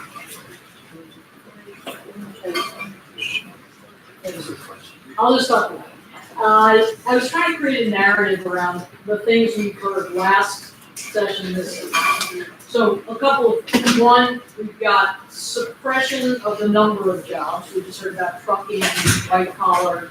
We have low wages for too many people. That's from the fissuring of the economy. In part, wages are going down. And in part, because service jobs, largely occupied by women and people of color, are undervalued. So wages are too low. Then we have the best way to close the gap is not really training. It's actually just trying to raise the wages that are paid to low-paid people. It's not just training people for higher paid jobs. We need most of the jobs to pay them. And then we heard ways to do that: unions, mandates. Maybe there are new platforms for that. Then we have a bright spot, which is advanced manufacturing. Okay, and there are probably others. We're being told, look, there's going to be new, creative, new things will come. And so maybe there's some growth potential there, and there's higher wage jobs, but there's this huge gap. So I just want to that's my question. So I know there are roughly 500,000 people in California outside the workforce. They've been in prison, they've been homeless, they came out of the foster care system, whatever it is. And there's a whole lot of other people in the kitchen, in the back, wanting to do something else, but they're stuck there or, in doing something that they don't want to be doing, but they can't get paid. So we would like, at least as part of the way to solve the problem, for some of those people to get some of these better jobs. And I guess then just a group of questions around, so what's the gender and racial breakdown of people who have jobs in advanced manufacturing? Where are they sourcing talent right now? How is that talent being trained in a way that actually works?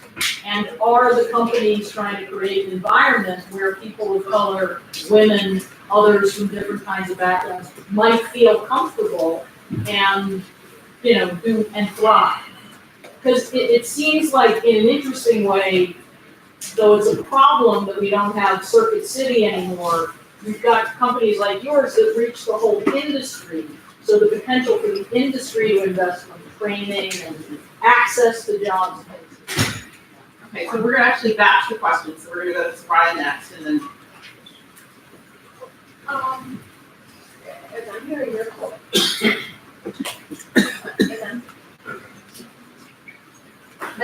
your question, it's expanding, my thinking about, what I wanted to ask, and it gets to the fact that for so long, I think, there's been this focus on, corporations, and what is happening as a result of the profit and the structure and who's in, who's out. And so what I've heard you say is that organizational structures are changing, and the first examples that you've given, I feel with the white collar, it suggests a smaller, more nimble environment. And what is there a role for the non-white collar workers as this work is changing, as these structures are changing? And if so, what might that look like? Because from when you've talked about many of these startups, these kind of entrepreneurial environments, oftentimes suggest that they would not be bringing large numbers of individuals into the setting, which again we're left with how do we fully employ those who have the talent, the motivation, and the interest. Can you just think a little bit about that? Thank you. Thank you. First, full disclosure, I did not coordinate with Steve or pay him to say any of the things he said. But I do have two questions for you. But first, I do think it's important to share some history that you glossed over about the deregulation of trucking. And I want to go back to, and I'll be quick, I want to go back to 1964 when Teamsters Union signed the National Master Freight Agreement, which united 450,000 truck drivers under one collective bargaining agreement in the country. And we are talking about sectoral bargaining here in the Future Work Commission. And it's sort of an interesting model where wages were negotiated and then the government set rates for trucking that accounted for that union contract, provided a middle-class living for generations of truck drivers. Deregulation in 1980, we had 19,000 companies under that agreement. And in the first 5 years, 7,000 of them went bankrupt. And in the first 10 years, 500,000 workers lost their jobs. And this independent contractor model came out of the election. So, there are two questions. Thank you. First is, you mentioned misclassification. I'd like to hear your ideas about how to address worker misclassification, job quality. And second, on the carrot approach, what do you think the state could be doing in terms of investing in companies that are investing in clean trucks, using our Air Resources Board or tax credits and different policies we could, or training funding to reward high road employers that are creating good jobs in logistics? Great, thank you, Deb. Maybe did you have a question you want to add to that? Okay, Sarah's gonna have the last question, and we're gonna. It's a quick question for Melissa. Can you mic yourself so that the world can hear you? Quick question.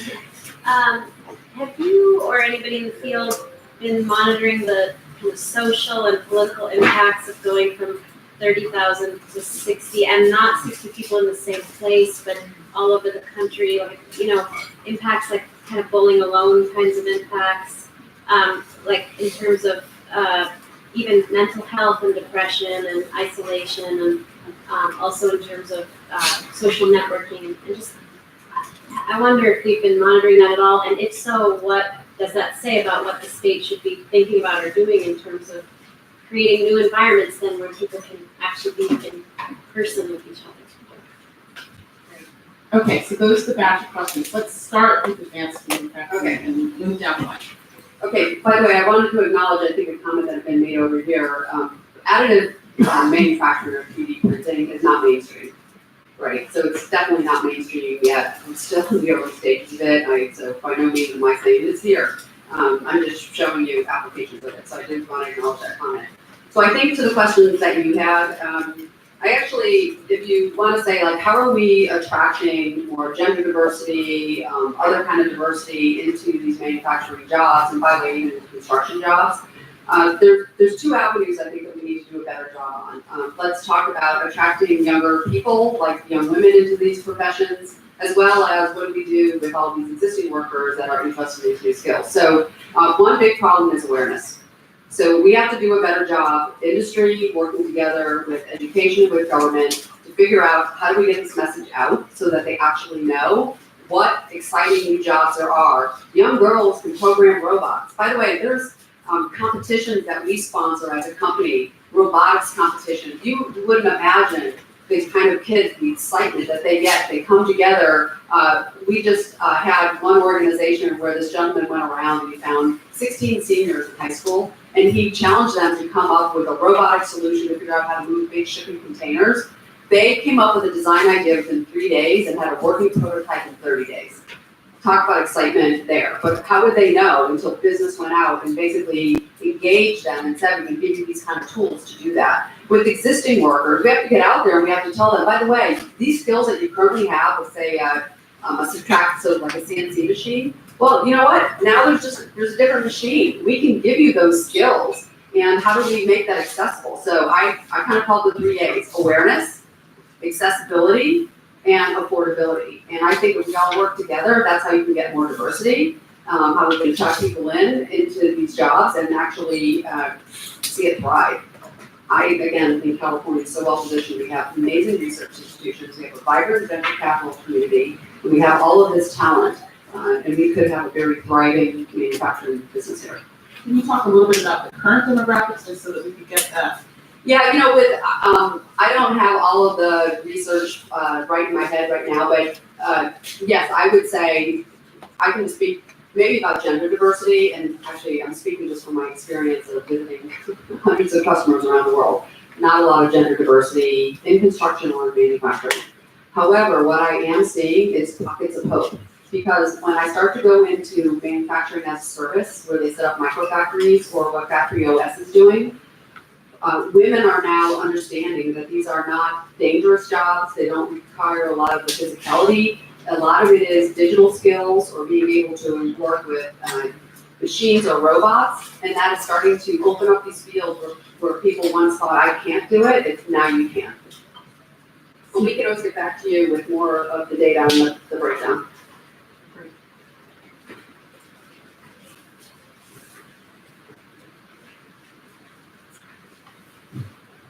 Okay, so I want to start with Carla's synopsis of what you were thinking about as the common themes, and just push a little bit deeper on the raising wages. And I think it's really critical to understand why the wages have not gone up. And with all due respect to the economists, we would like to have labor markets operate in the way that we saw in the crash. And I think the key question is, why don't they?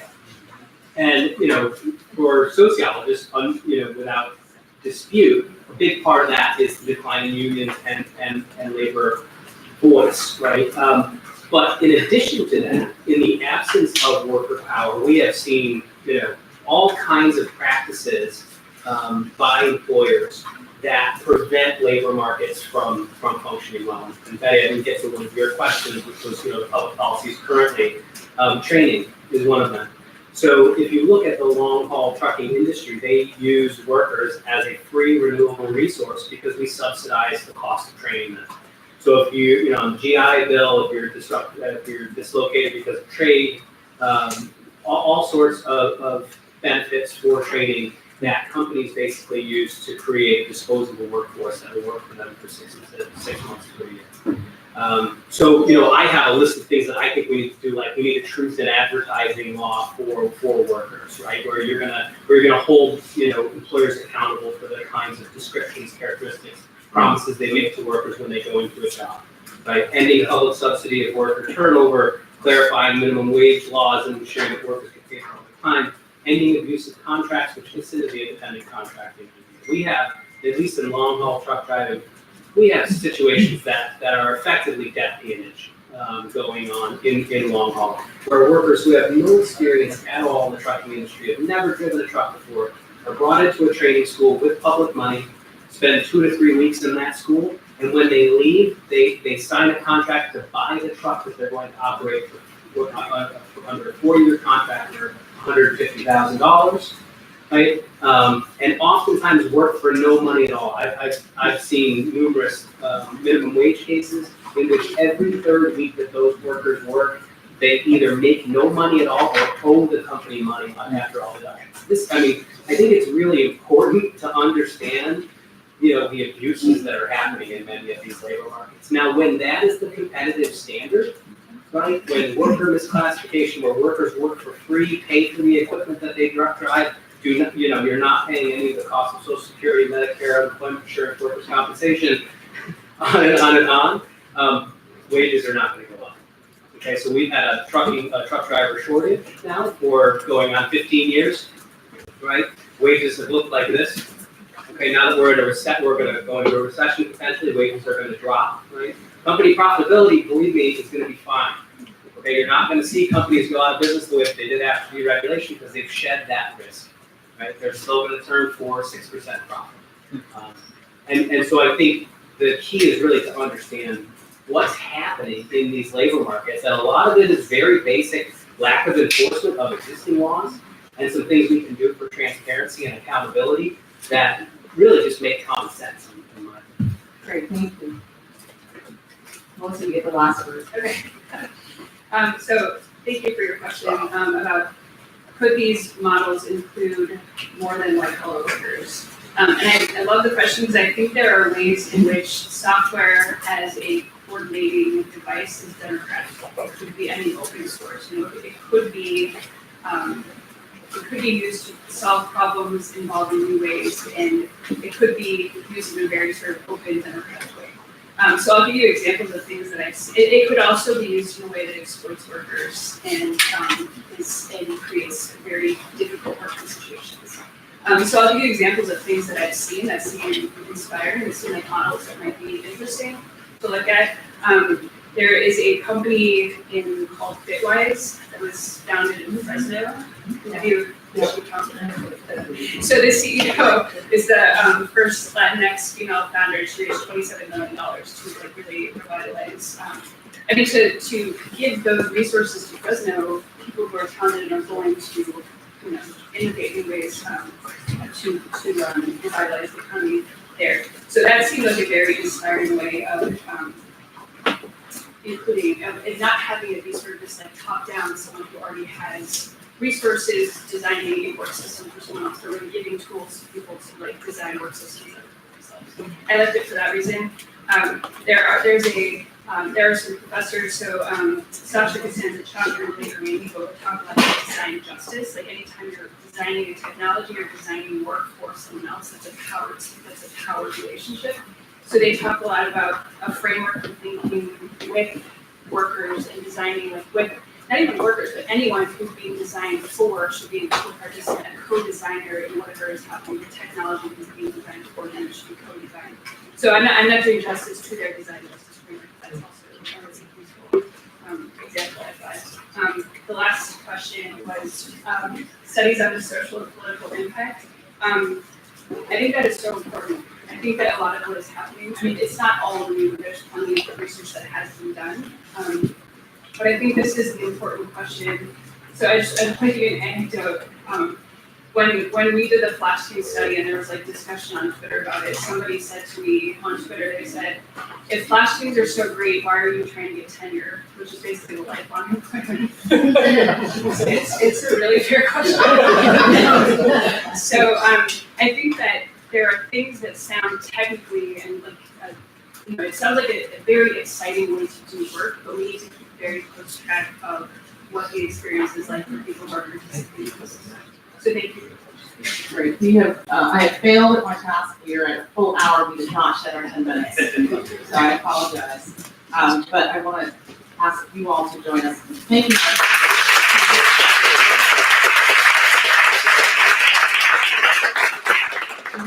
5 to 10 minute break, we'll take a stretch, we take a coffee, and then we will return.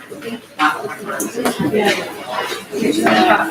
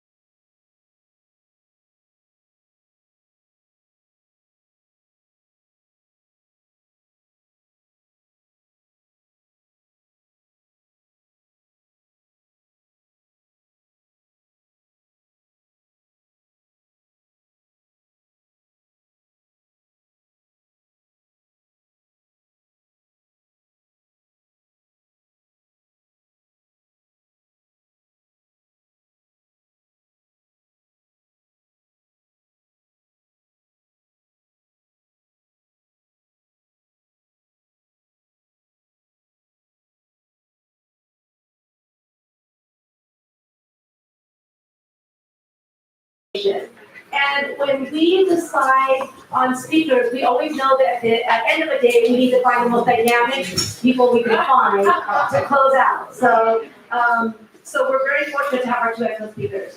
I think one thing that we've heard today is that there are two very divergent pathways, visions, possibilities, even realities for this intersection of automation and jobs. One is that tech makes life better for some, but not for everybody. We talked about the vast inequality. Mariana put it this way. She said that tech doesn't optimize for the good. And we see that in all kinds of ways that have come up today, right? Some of it is like replacing status, meaning that employees are no longer employees, and so they don't enjoy the protections of labor laws. Some of it is like replacing workers, right? The idea that, you know, we all are familiar with during the fight for 15 minimum wage increase. Some fast food restaurants came out with, like, you know, full replacement with kiosks. And then there's also just the idea that there's bias built into technology and what happens when that's the case. And Sarah was talking about that and others as well. Then there's the other vision, which is that tech makes life better for everybody. And one way that that came this morning was Ken Goldberg talking about complementarity. And so the question, we just want to table a conversation now about what interventions, what models are there that lead to the second outcome. And so because this commission is about big ideas and big things, not just being transactional, but truly being transformational, I want to start with Katrina Johnson. And I actually am not going to introduce her either because her very impressive bio is in the material, but I wanted to share, we did this at our first gathering for the commissioners, and I found it so compelling that I wanted to share with you what formative job experience that she had. So her formative job experience was in the 90s when she worked for the Danish embassy in Sarajevo, Bosnia and Herzegovina at the end of the war. A war that really brought ethnic cleansing into clear focus in Europe. And what she drew from that was an understanding of the power of individuals to perform great acts of good and of evil, that truth is in the eye of the beholder, and the importance of dialogue and international cooperation to prevent tragedies like that war and to promote reconciliation. So, Katrina. Oh, okay, I'm sorry, I'm gonna say one thing that you said to me, right, which is that one reason why, one thing that you see in Denmark is that there is a tremendous amount of trust in Danish society and satisfaction and happiness, and people are not afraid of the future. So my question for you is, why is that the case? Thank you very much, and thanks for that overwhelming introduction of being transformational and dynamic. I don't know, it's pretty, thanks for keeping up the pressure. It's slightly intimidating to be speaking at the end of a long day and after so many incredibly smart, accomplished people, and especially under the title of solutions. I didn't come up with that. So Denmark and the Danish example, don't know if it's going to provide any solutions to you, but I will hopefully give you an insight into a different way of doing things that has worked quite well for us, and then I will leave it up to you to decide whether it's an inspiration or not. Hopefully I'm going to see how this works. Anyway, as Judy said, we're actually quite optimistic about the future, and of course we're looking into much the same thing as you are, automation and jobs potentially disappearing, the modeling at tasks disappearing instead of jobs. As you can see from some of the quotes I have up there are opinion polls. 9 out of 10 are not afraid of losing their job, and most actually believe that automation and digitalization will bring something good with it. And before you start thinking, oh my God, those people, they don't know what's hitting them, they're clueless. We do have a chapter of Singularity University in Denmark. There has been extensive debate around this. We've also had, just like this commission, what we call the Disruption Council that the Prime Minister instigated, which is a bit like this, also brought the debate to the public. So what are we going to do about it? So why? Why are we optimistic about the future? Before going into a bit more about the Scandinavian model that some of you may not know about, just a bit of a context about Denmark. Tiny country, smaller than the Bay Area, I believe, population-wise, but fairly wealthy. We have a large public sector, but a very competitive economy. Still very innovative, it's easy to do business. to spell any rumors that we may be socialists, we're not. Yeah, a large public sector. One of the reasons why I do believe that we are fairly optimistic or confident in the future is, and has to do with the way we've arranged ourselves, our society, and particularly our labor market model, which is what we made it today. It's coined the flexicurity model. Flexible, but with a large safety net. The flexible lies in the labor regulation. It's relatively easy to hire and fire. I've heard people compare it to the US. It's easy to lay off people, and economic compensation is a lot higher. We don't have a law on minimum salaries and wages as regulated by collective agreements between employment organizations and labor organizations organized within sectors and industries. Ground rules are laid down, conflict, peace, also dispute settlement procedures.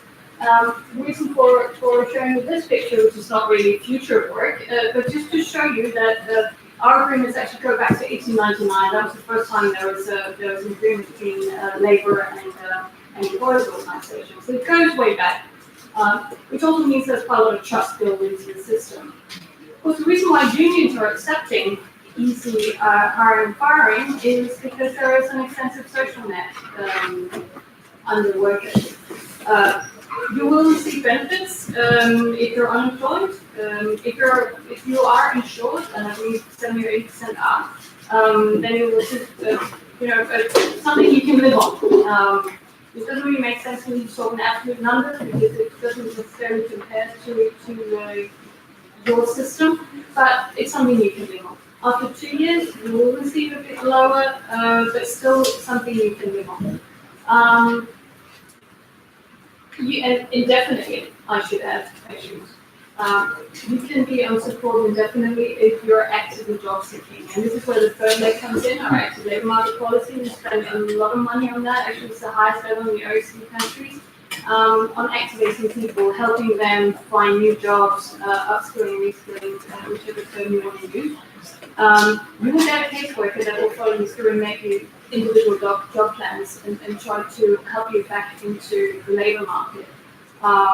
There are subsidized salaries to put you back into the private sector.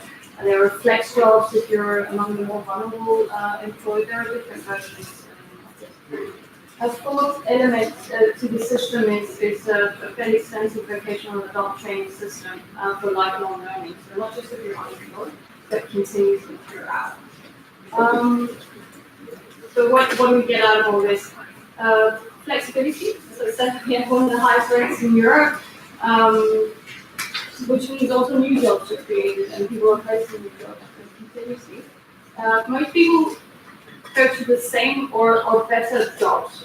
Of course, some not, but that graph will show you that it's more on the towards the better side. Also, what's not on here is we have the highest earnings quality in the OECD. These are recent stats coming out, which is a factor the factor of average wages and the wage equality. Also really high on work environment inclusiveness. So a fairly resilient system.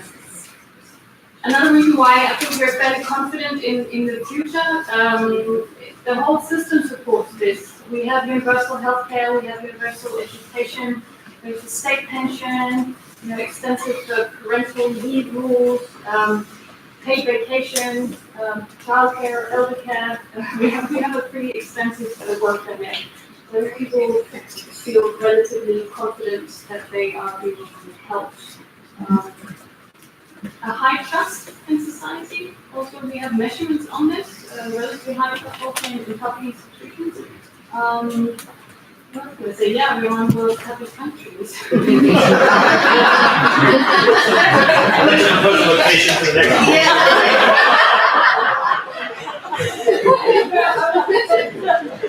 wanted to put that on there. I don't know what you feel about those polls, but and if you've been to Denmark and you fight to work in the morning in the rain and it's pitch black dark and you're soaked, you're not very happy, but anyway. So what this costs, of course, we have a high taxation rate here. Nothing comes for free. And again, higher than in the US, for sure. You ask people though, I wouldn't say they're happy with it, happy is maybe an overstatement, but there are polls, 2 out of 3 are quite happy to keep the current levels of taxation. And they won't ask, would you like to keep taxation or receive a root canal procedure without anesthetics? They're actually just asked, are you okay with the current tax levels? And the answer is yes. Again, different way of approaching things, and it has a long history. That's where we are. This doesn't mean, of course, and I'll finish now, this doesn't mean that we're not getting ourselves ready for the future. The deal is already here. We have a something like an institute of robots also in industry. We're very digitalized society in our government and public sector, and that's to speak. It's the most digitalized in the world, I believe. But of course, we're also preparing. What should we do? Recent things, policy initiatives, apart from the Construction Council, we're looking at, again, unemployment insurance. How do we adapt that to new flexible ways of working? More education, more lifelong learning. Anything. Platform economy. How do we adapt our systems to this? And yeah, we're also coming here in big numbers to California and Silicon Valley for answers. So yeah, I'm very happy to be here and I hope to have this conversation. Thank you so much, Michael. So about a year ago, the White House came out with a study called The Opportunity Cost of Socialism, criticizing Denmark for its living conditions. So on behalf of California, I just wanted to say thank you. Obviously miserable people. And I think the Danish flex security model also points out that there does not have to be a dichotomy or choice between flexibility and security. So thank you very much, Tina. Now I'm going to move to another amazing speaker whose bio also I am not going to share in the interest of time, but I did want to share with you her formative job experiences, and I just want to share 2. So one is that Dawn Gerhardt had an opportunity to be a nanny at one point for 3 children under the age of 2, which taught her not only how difficult the job was, but how rewarding it is, and the appreciation for, this is part of the theme of what people said earlier today, the kind of compassion, focus, and patience required of caregivers. And the second was that she worked as a research intern at the International Labor Organization, where her job was to consider and model the impacts of the economic recession on North American workers. And there she learned that precarious employment would increase, and that while measures of economic success would show recovery, the vast majority of workers would not share in the benefits of that recovery, and that's what motivated her to return to the United States as an organizer. She actually comes to us today from her home in Oslo, Norway. So there's another theme of this panel, which is obvious, and I will not state it. But thank you so much for being here, Dawn. And obviously, we do not have those kinds of social structures or vast social policies in place here in the United States. So what can we do here to be transformational? Thank you so much for the great introduction, and thank you so much for the engaged participation throughout the day. I know it's the end of the day, so I really appreciate that you all are still with us. I saw the White House report in that last year, which is why I decided to move socialist right now. That's not the real reason. But I can tell you, I think it actually beat, I think Norway's #1 this year, Denmark is #2 for the happiest country, so we just have to throw that in there. So I'm really excited that I get this opportunity because I started talking to workers. I think in 2011, I went to start helping taxi drivers organize, and this was going to be a really exciting and new innovative way to do it because they were independent contractors. They never got to have rights. And then 3 months later, I got a letter from a worker, and he said, I work for a new company, and it's called Uber. I think there's about 200 of us, and he came to the US as a refugee, and he was a law student, and him and a few of his friends and family had started a small town car business. And so the CEO of Uber at the time actually came to Seattle in 2012 to recruit him and his friends to be the first Uber drivers. He gave the first ever Uber trip in Seattle. And he sent me a letter right after I went to organize taxi drivers about wanting to know what his rights might be and whether or not he can organize. And that was 2012 when I left Seattle and moved to Norway last year. There were 19,000 people signed up for higher driver's licenses in Seattle, and the population is about 640,000 people. So it was really a big shift in a really short amount of time, and that gave us the opportunity to sit down with the companies in 2013 before they had expanded, before they had really filled the role that they're in now. And it gave us also a chance to see kind of the canary in the coal mine impact on workers, what would happen when an algorithm became your boss and your work started to be automated in a new type of way that wasn't on a line in a factory. And so it was a really big shift in thinking about how we were going to organize and how we were going to represent workers. But what we had to do was find a way to do that inside of the current framework, because that's all that exists. I think a lot of the discussion that we heard today, and it sounds like in the previous session, is about how do we change the system that we already have. And you may or may not agree with the idea that we should continue to operate in the old system, but I think the most important thing is that the impacts that are happening because of the shift to automation and the change of the way people are working are happening right now to a few subsets of workers. We can anticipate what those impacts will be. Just like in 2009, I was able to sit down and think about what are the impacts going to be of the economic collapse, and now we're seeing that 10 years later.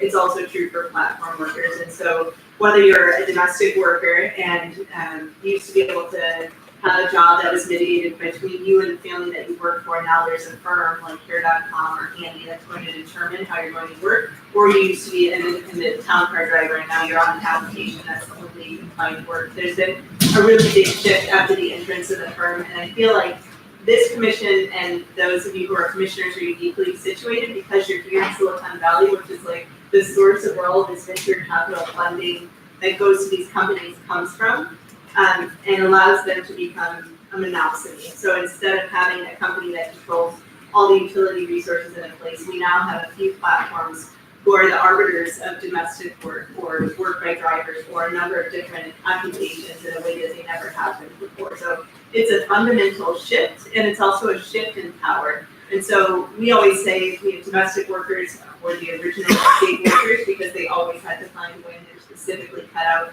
of policies to allow them to have labor rights. And so they used to be able to have to find work for families, and now they can't do that because standards are set, how much you're going to be paid is set, how long it should take you to do your job is set, where you can possibly travel in a day. All of these things are set now by firms in places where workers are not at the table and they're not part of that discussion. So I'm really proud that this commission is lifting up the voices of workers, and that happened in the first meeting. And I'm glad that I get to be here to talk about what it means that the DNA of a company is fundamentally flawed, and the opportunities as venture capitalists and as academics and part of the discussion to try to shape how companies are going to be in the future. There's a lot of companies talk about themselves how they want to be the Uber for every other sector, and luckily for us, there aren't any other companies that are comparable, but that means that there's a huge opportunity. It might be too late for companies like Uber to try to force them to change at the company level, but when you're talking about investing in a company or setting policies for a company that's going to be allowed to operate in a place like California,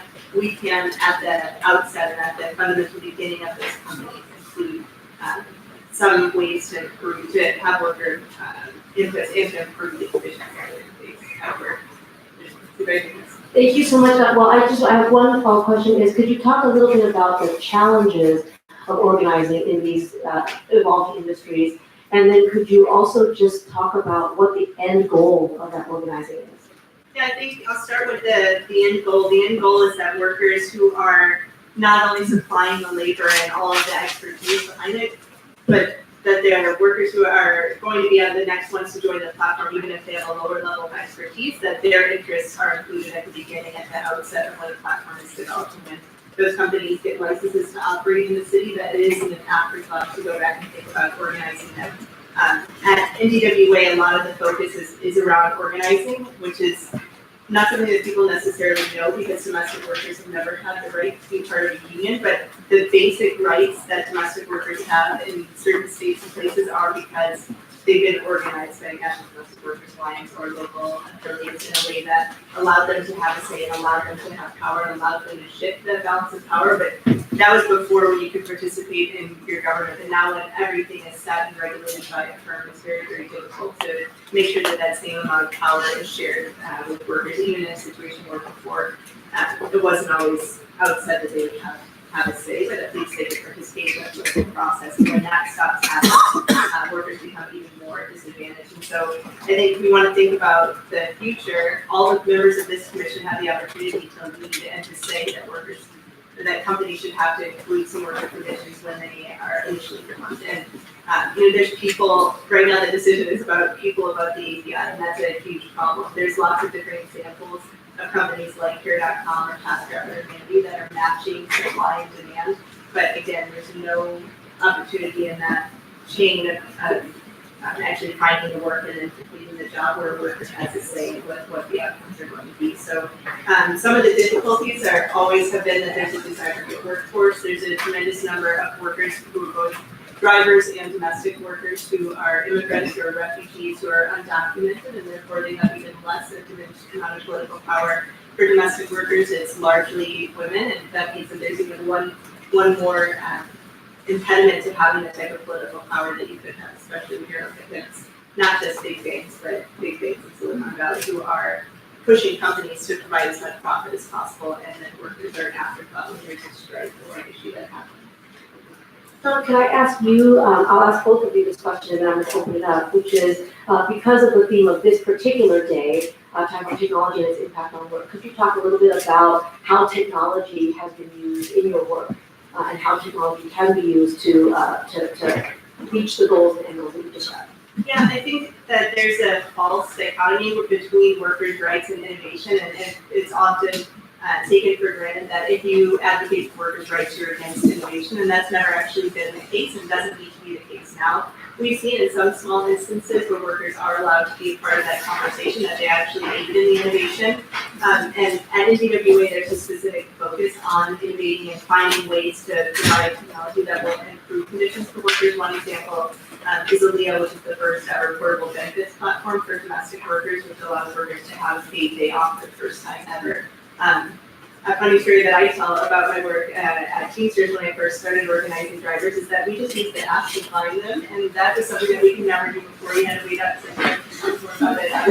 You had to wait outside of a hospital or wait outside of a break room or try to get into a building to talk to somebody who knew who worked there. Now I can just have a fun app where I just find everybody. But that's just one example, but I think that there's lots of different examples where we can use technology to help us in organizing, and I think that we're not limited by technology in the current time period. Instead, we have the ability to be as agile, to pivot as quickly, and to iterate as quickly as technology companies when we're thinking about our own organizing, what we want to be able to deliver in terms of real benefits that are tangible.